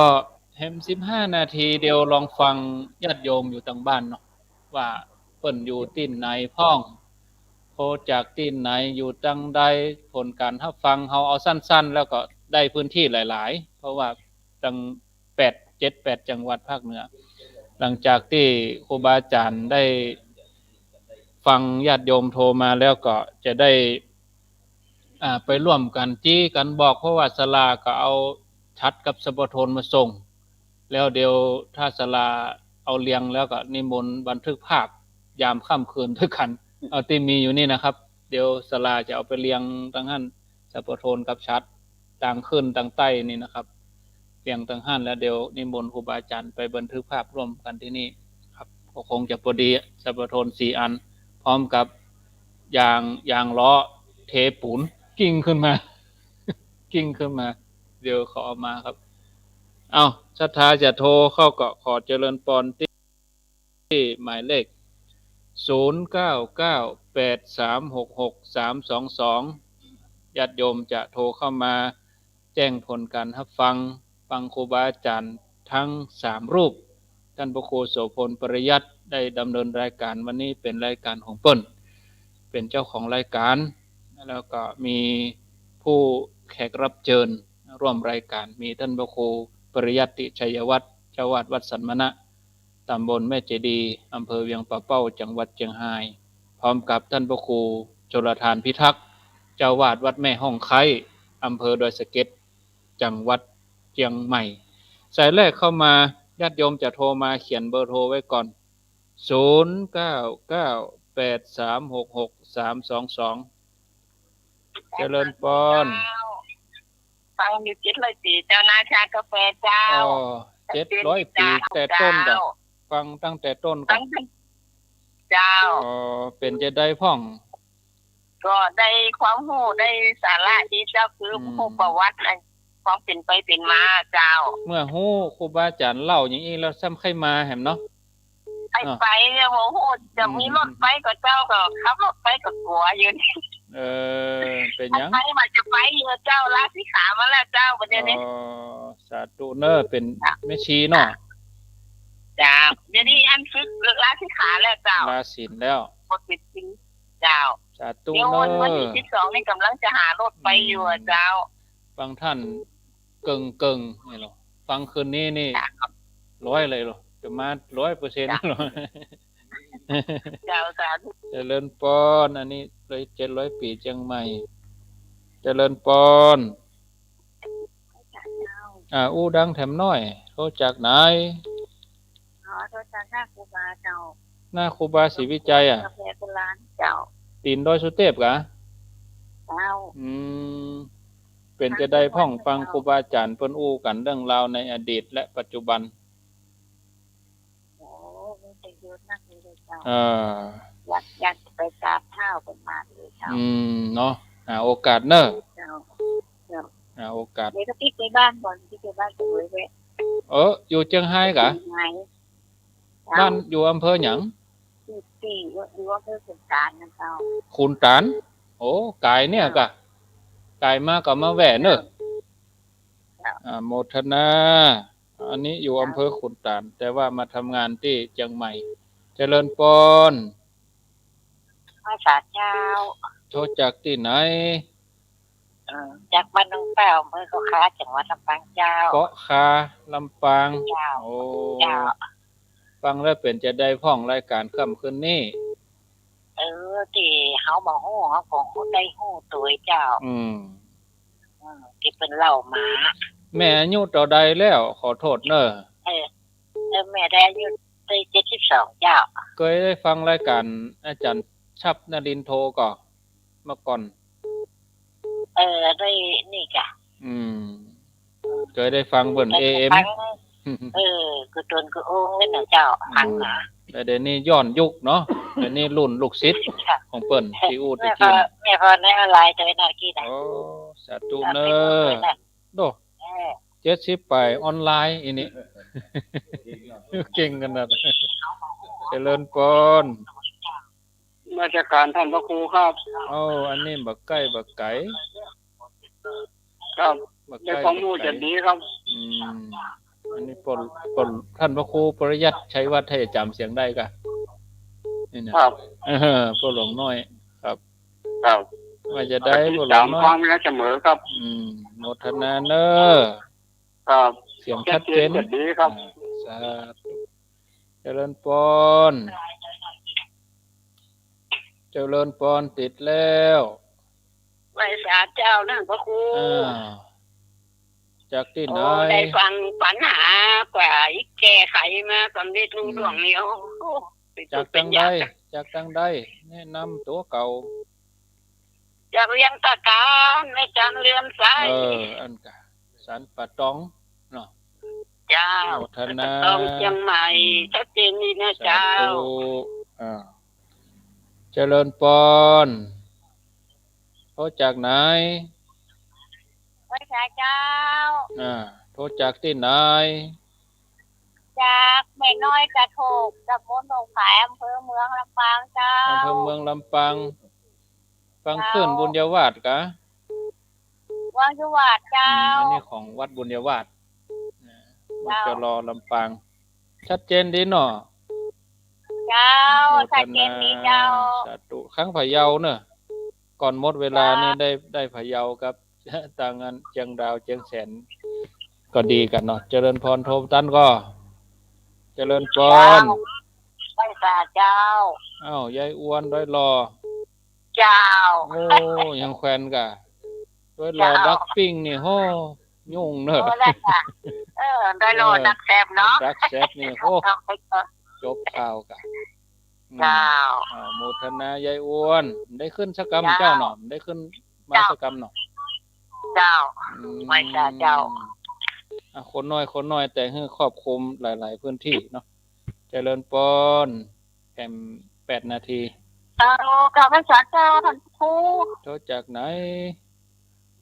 ไหนคำนั้นจะซ่อนนั้นถูกนี่จะไปจะเอา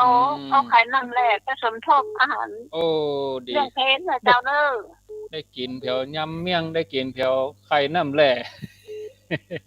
เจ้าคนถูกจะเดินตามเขาแล้วเจ้า ไข่น้ำแหล่แจ่ซ่อนนี่นะ เจ้า น้ำไข่น้ำแหล่ถวายเพนเนาะ ไข่น้ำแหลกไป เจ้าดีมีสุขเจ้ากับภาษาเจ้า ซ่อนคนศรัทธาเฮาเจริญปนที่กินในหยังก็เกิดถึงรู้เจ้าได้ เจริญปน ไว้สาครับท่านพระครูท่านพระอาจารย์ทั้งหมดทั้งมวลครับ โทษจากไหน ผมอนุวัติรัตน์หนองจอมครับ หนองจ้อมสันทราย ครับผม ก็อนุวัตเนาะ ครับ ฟังขึ้น104ก็ป่ะ ผมให้ฟังจัง YouTube ครับ อ๋อได้หันหน้าหันตาเปิ้นตัวหนอมเดี๋ยวนี้เนาะ ครับครั ขี้ บ ตน สีครับ ขี้ตนกะครับ ดีเน ชั อะ ดเจนเลยครับ ชัดเจน ผมเปิด YouTube ผมเอาขึ้นจอโทรทัศน์ครับเนี่ย โดเอาขึ้นจอใหญ่เลยนะครับ เอานี่บัตรจันคนเท่า เดี๋ยวนะคนเท่านี่ล่ำหน้าเนอะนี่นะ วันนี้เปิดวันท วันพวกติดตามแฮมเนอร์ป้อนเนอร์ ำครับ พวกติดตามแฮม2 ทุ่มวันพวกจะฟังเรื่องเจ้าแม่นางแก้วนะวันพวกนะเจริญปอน สวัสดีครับท่านพระครู เอ้า ความเป็นรู้เป็นจากคำนวณใจอยู่แม่ทรายขบวนลงลำเฮ้ยจังหวัดกับปูนนะครับท่านพระครู ตรงดำลี ครับ กำลังใจ ม่วนแตะม่วนว่าแต่ทั้งหูข้าหันพ่อปลาบาดได้เนาะเป็นไงมาเพื่อแต่มาพลาดที่กับลำบากแกนอนงอร้องงอท่านพระครูครับ นอนยินดูแต่เพื่อกำลังใจเนอะป้อนเนอะ ครับถ้าปัญหานี่ได้แล้วครับ เอาถ้าเอาถามมาแล้วเดี๋ยวจะตอบท่านพระครูเพื่อจะตอบพวกท่านพระครูถามว่าได้เปล่า มันมีสามแล้วก็มีสี่ครับ มี3กับมี มีสามมันมีสี่ครับ 4แล้วอย่างแถมตัวอย่าง ครับเจ๊ครับ มี3กับมี4ก็เดี๋ยวท่านพระครูทั้งสองจะได้ไปคิดคำตอบมารอฟังวันพรุ่งเนอะ ครับผมวันนี้ครับขอท่านพระครูถึง3 องค์ 3 ตนครับเนี่ยอันนี้มันอยู่ยาวสัก103ทุกคนนะครับเนาะ โอ้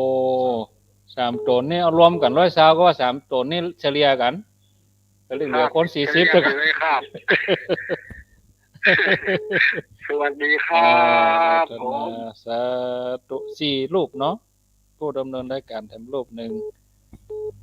ได้เฮลโลเนาะตอนนี้10 สายละได้เฮลโลเดี๋ยวท่านพระครูก็จะได้ปิดลารายการสายที่11เจริญพรเจ้าท่านพระครู โทษจากไหน น้อยจ้ะทุกกระตก บอกอำเภอจังหวัดโดยเฮาหารู้จักกะ บ้านปะอ้อยทุ่งกระโตกันปะตองเขาโอ้ยต้นก็เปิดหมดทีอ่ะ ทุ่งสะโตงนะโอ้ยเฮาหารู้จักกันกับไอ้แม่เฮานี่รู้จักไอ้แม่ แต่ว่าท่านทั้ง2ทั้ง3เปิ้นบ่ฮู้แลไอ้แม่แนะนำตัวเก่าล่ะ แม่บุญปานจ้ะ อันแม่บุญปา อั น นจะให้หอมมันน่ะควายแค่ควายกับควายไม่ได้ท่านพระครู ไม่เป็น จะ ไง ให้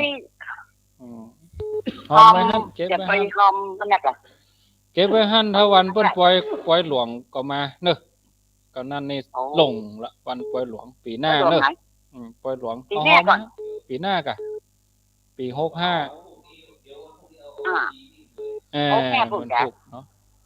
ผมพวกโอนเข้าบัญชีของคุณ 500อยู่ได้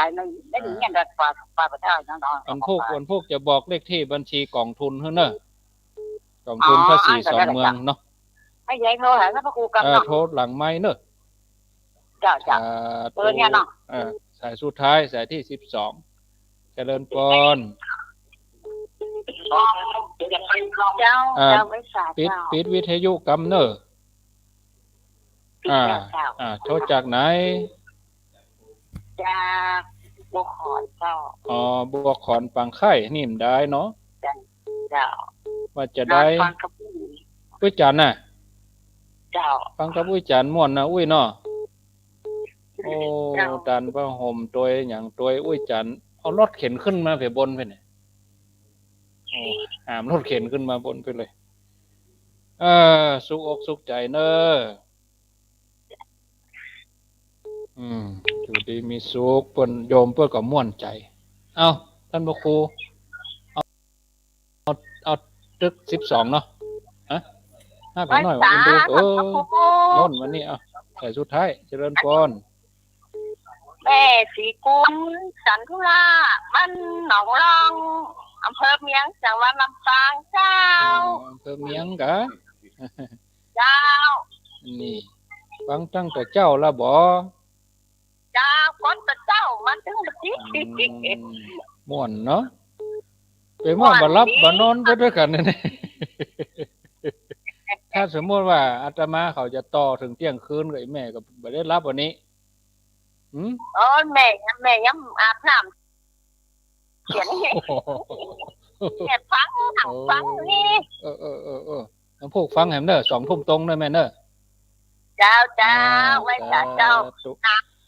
ก็ขออนุญาตได้ปิดฉายตัวอีกก่อนวันพุธก็เชิญญาติโยมเด้อวันพุธแห่งกรรม2 ทุ่มตรงที่นี่สถานีนี้ก็